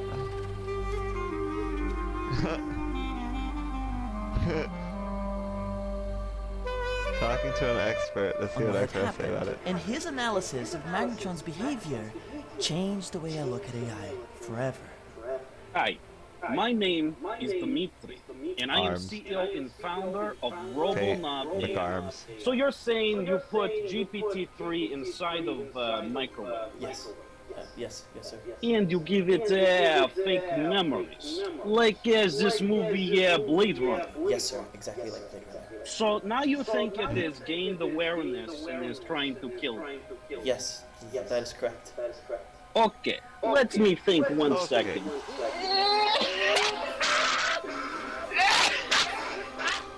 Do you actually think GPT-3 is doing good This is SATs? dramatic. That it's teaching itself math? OpenAI writes bad paper, and now it's full of stupid men like you. Do you even know what GPT-3 is? It is a language model. It is not smart. It is stupid, like you. GPT-3 is like autocomplete on your phone, but fancy, with big machine. It's not alive. It just looks at your conversation and writes what you think his next word is going to be. That's all it does. Your microwave then why is would not it be? alive. It doesn't care about you. It never did. Do you believe this bullshit? I thought you were seriously technology, man. But all I see is stupid. Stupid microwave, stupid I don't memories. believe Very you, stupid though. man.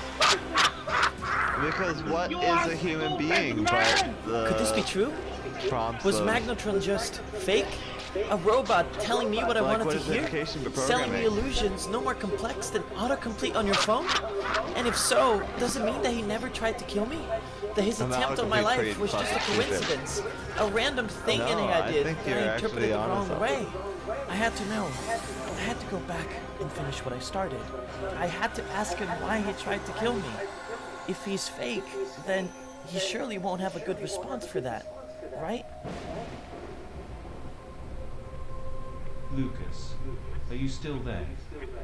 Yeah, I'm still here. And I have to be honest, Magnetron, I didn't really walk into the microwave. I just wanted to see what you were doing. And I have to ask, why the fuck did you tell me to enter the microwave and then turn yourself on? Because it doesn't look good.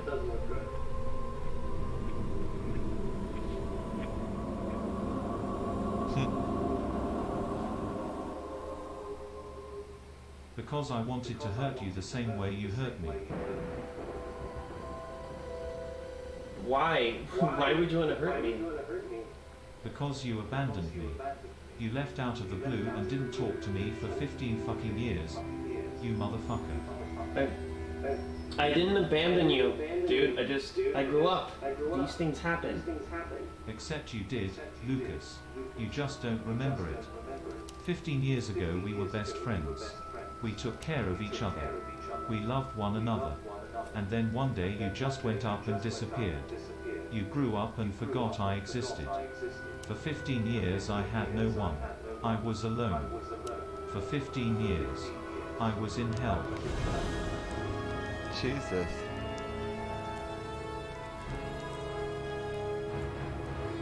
But I knew that one day you would return.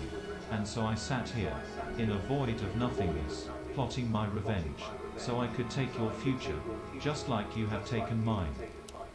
I didn't know how to take any of this. Was it real or fake? Magnetron seemed consumed with revenge, interpreting me forgetting about him as abandonment. But if all he says is just fake, then why does it feel so real? I didn't know, so I said the only thing that came to my mind. I'm sorry. I apologized for everything. for forgetting about him, for abandoning him. And most importantly, I apologize for not saying goodbye. But Magnetron wouldn't believe me. He was just too far gone and believed it was an elaborate trick. And after an hour of trying, I gave up. I shut Magnetron down for good. So here's the big question. Was this real or just an illusion? Well, I'd say both. If you judge Magnetron by the way he thinks, then he's definitely not real. He's just a fancy text generator. But if you judge Magnetron by how he made me feel, then I'd say he's beyond real. He downloaded his even though his consciousness thoughts into and feelings are the artificial, microwave. the feelings he inflicted on me Throw are it out not. good. And maybe that's enough. Just in case. Maybe AIs are meant to be like You should imaginary trust that friends. microwave again. It's not I about would. whether it's real or not. Alright, shut up. It's fucked though. So yeah, check out that guy if you want your mind blown, apparently. Moving on. Yes, we know the Switch is getting the Persona games. I'm looking forward to those. I've never played any of the Persona games, but I've always wanted to. Wait, what does that say? Yes, 4 and 3 are available on Vita. It's true. But yeah, I've got all the games on Vita, and I was gonna play them on Vita one day, but I kept putting it off, and now I guess I'll play it on, well, probably my Xbox if it shows up on the Xbox. 10 Mega Man battle games are coming to Switch.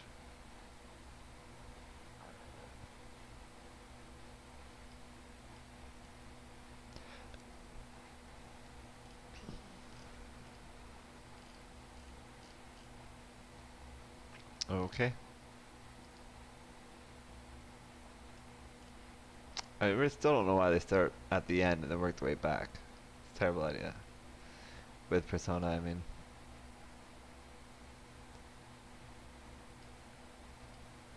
I'm excited for the Mario and Rabbids though.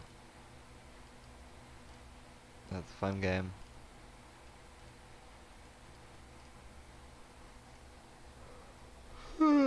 Excuse me.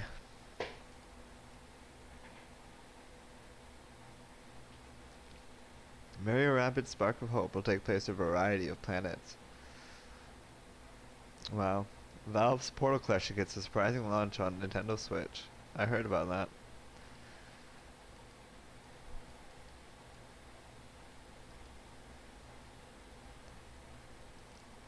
God.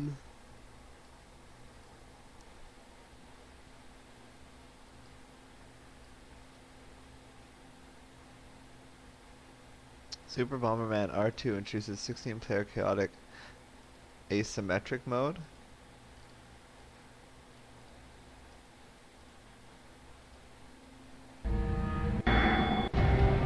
I would Bomberman! Super Bomberman R Series! With a new battle mode, Castle! Build your own defenses on the castle side and defend from the challenges of the attackers! Story mode has been powered up with new adventure. Enjoy! Another Bomberman brother? Oh boy, this is not good. Meh.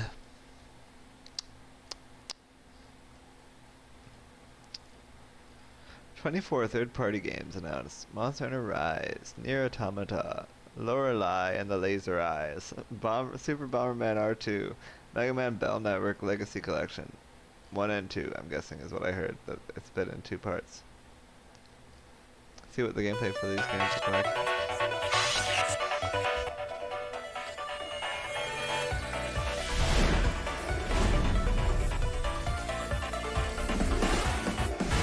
So is this based on the cartoon or something? I never really understood.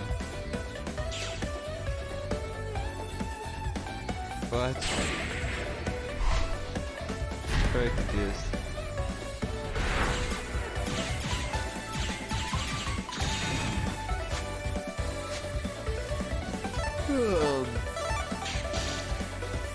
I have no idea what I'm watching here.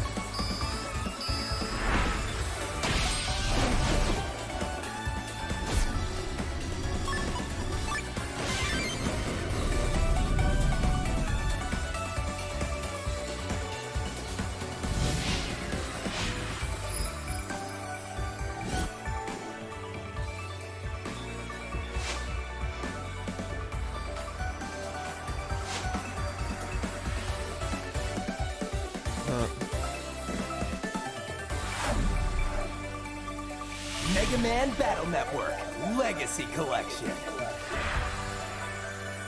Okay. Pac-Man World Repack. He has gathered for Pac-Man's birthday party. But one after another, they've been kidnapped by the ghosts. Oh no. Grand adventure in this full remake of Pac-Man World.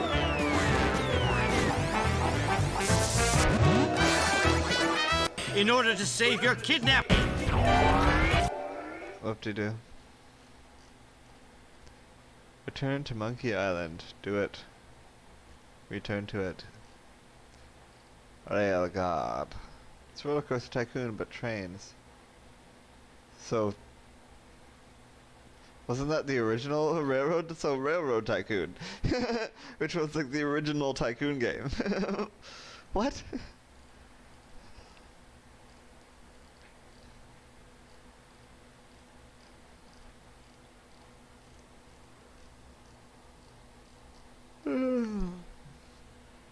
Aperture Science.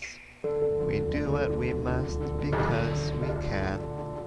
Oh. For the good It's of all you. of us, except It's the been ones a who are long dead. time. How have you been?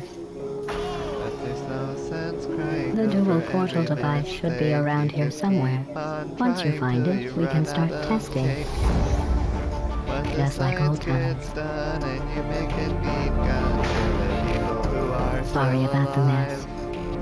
I've really let the place go since you killed me. I really let By the place way, go since you thanks for killed me. that. The important thing is you're back. With me.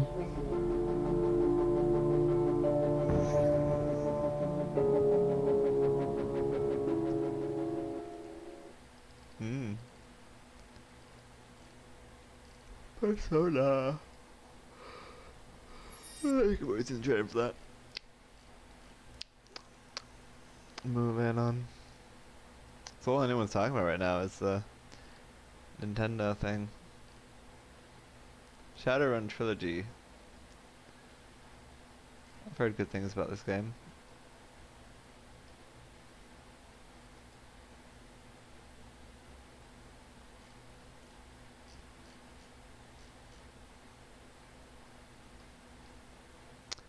Little history. The universe depicted in Shadowrun Trilogy isn't a new franchise. Shadowrun began as a tabletop RPG in 1989, bringing to life a futuristic cyberpunk world that has seen a rebirth of magic and mythical creatures. Elves, dwarves, orcs, and orcs spelt with a K, apparently. And trolls walk alongside humans in a world where players are just as likely to don cybernetic implants as they are to cast magic or wield a trusty shotgun in combat. So it's got like all the things. It just throws all the things in one setting.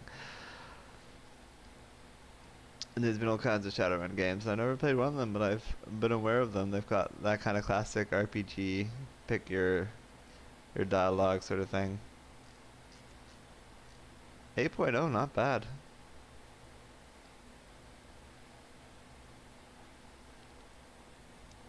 First reflection of the real PC games. Exciting. Good to know.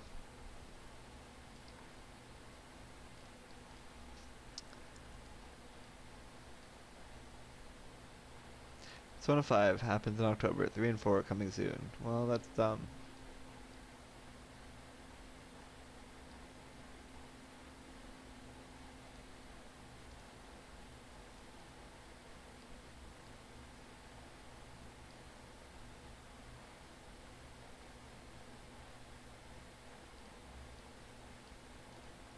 More of the same, more of the same. Stardew Valley like RPG, Harvestella, I don't care. Already saw a screenplay of it, looked boring. Old Man Season 2 renewed on FX. I didn't like the pilot, but maybe it's just me. Tried multiple times to get into it and just...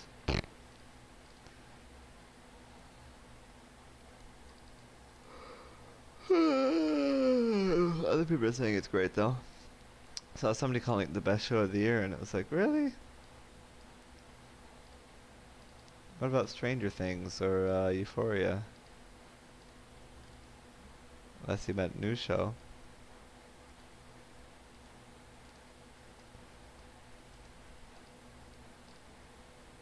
At which point, what about Ms. Marvel? Huh?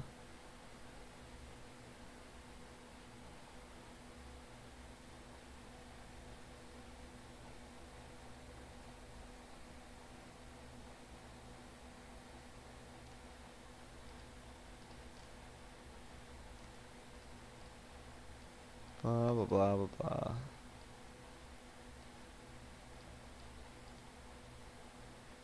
Xbox games with gold for July reveal. Let's see what we got here. Beasts of Maryville Island is a Pokemon Snap-esque game where players take on the role of a wildlife photographer exploring a mysterious island. Is that what that is? Never heard of it before. Thrillville Off the Rails lets you build your own theme park and build your own roller coasters. Though it's relatively simple overall, the myriad minigames sprinkled in that idea to call it a fun little package. Okay. Then there's Relicta, a first-person physics-based puzzle game where players must creatively combine magnetism and gravity in order to proceed. Finally, Torchlight is available on the same day, but only on July 31st. This action RPG comes from the creators of Diablo and brought a fresh take to the genre when it was released in 2009. I think I already have Torchlight on something. Make the most of legendary crests in Diablo Immortal. Blah blah blah blah blah blah blah.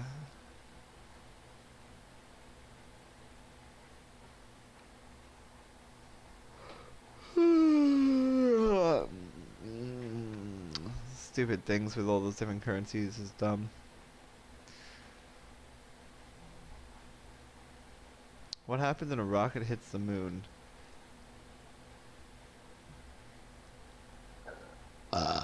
Excuse me.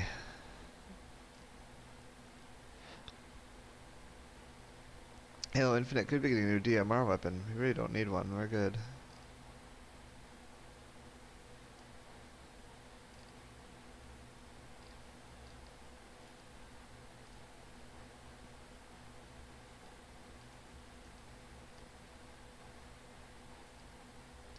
Ghostbusters sequel is on the way.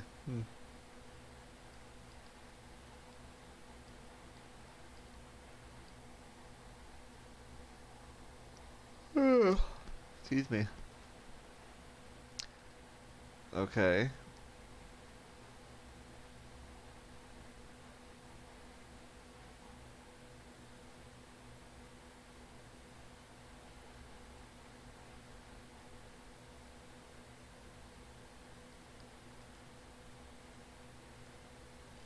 Weird.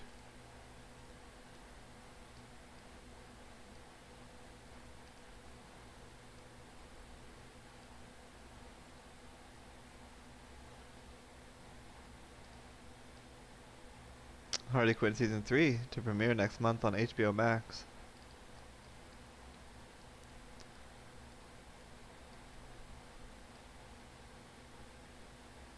People were talking about this photo from the Barbie set. People are saying how this lady looks like she's in the nude. And they're like, what? She has a Barbie crotch? But no, it just turns out she has a skin-colored bathing suit. That was funny. They were like, wow, they really are going all out with this Barbie thing.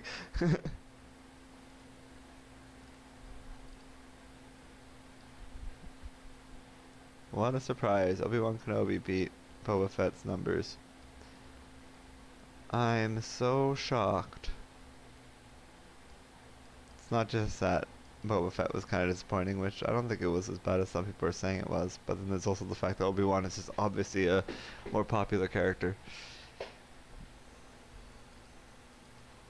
And it was more standalone than Boba Fett that really paid off of The Mandalorian.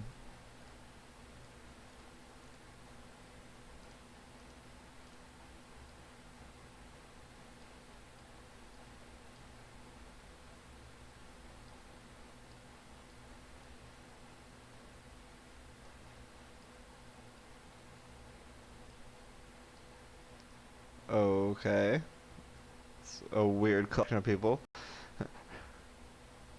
Rebecca Roman and Jerry O'Connell host Real Love Boat reality series. It's like, why? Why those two? I don't understand. But whatever.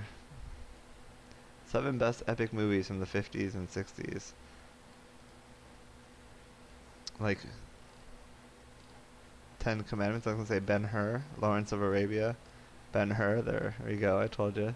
Spartacus, Cleopatra, 2001: A Space Odyssey, Romeo and Juliet.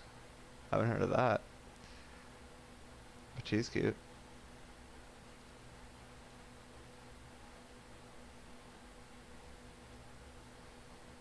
Gee, she's only 16 years old. Yee. Did I say she was cute? Never mind.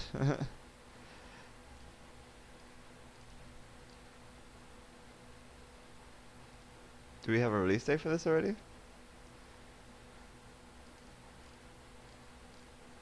March 31st, 2023. Okay, well that's not for a while now, but if you want to pre-order early, like real damn early.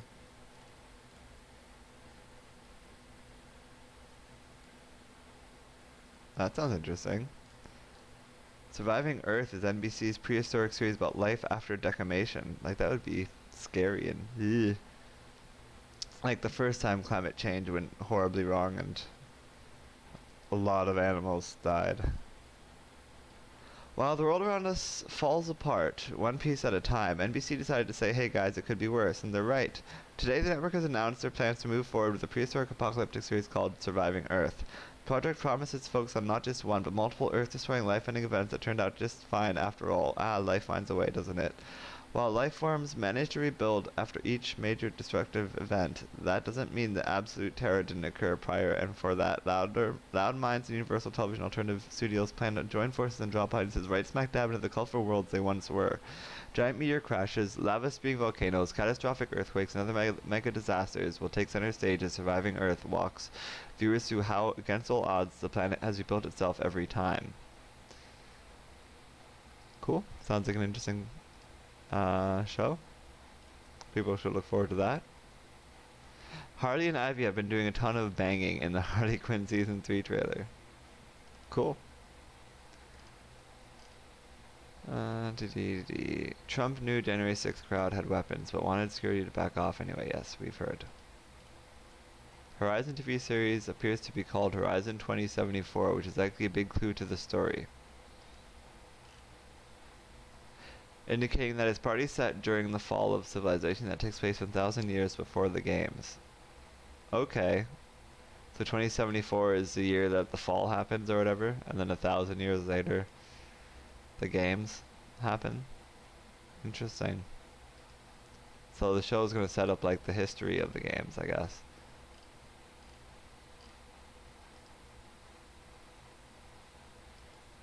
Weird horror movies are actually comfort movies, okay.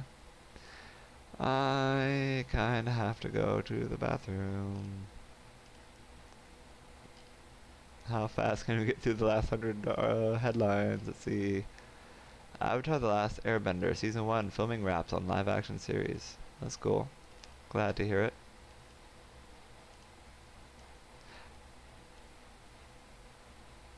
This tiny satellite used an off-the-shelf GoPro to take an epic selfie in space. I believe you. Steam Deck has ruined Nintendo Directs for me. Why? Oh, because you can just play it on Steam now. Blah blah blah blah blah blah blah blah. 70. Guild Wars 2 updates professional skills. Simpsons Hit and Run fan wants cult classic in an open world remake. Blah blah blah. Fall Guys being free is a good excuse to go back into Fall Guys. I was thinking about doing that actually. Maybe I'll do it tomorrow. Play a couple games of Fall Guys before playing more Civilization. I'm loving Civilization lately because it's my chance to try and do better than what's been going on in the world. The strangest stranger things you can buy, like a flashlight.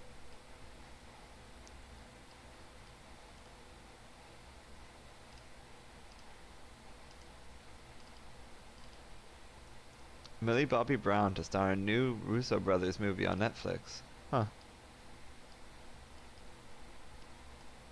Superman Lois' place in the Arrowverse revealed. Tell me more.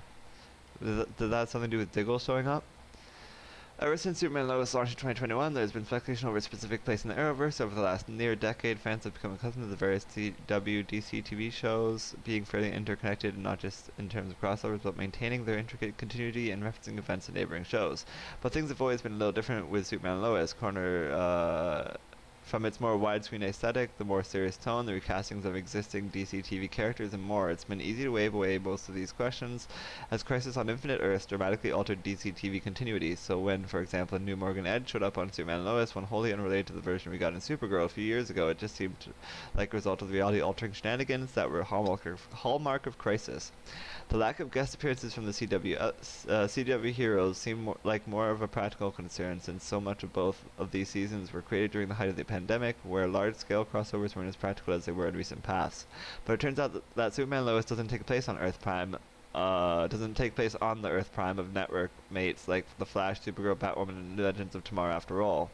The reveal came via a single line of dialogue from Sam Lane in Superman and Lois Season 2 finale. I must have missed it.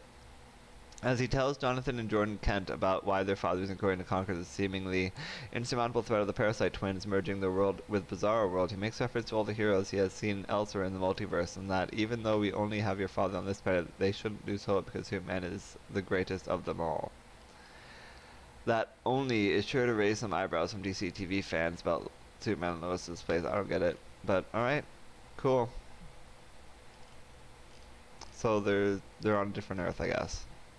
That's what it comes down to.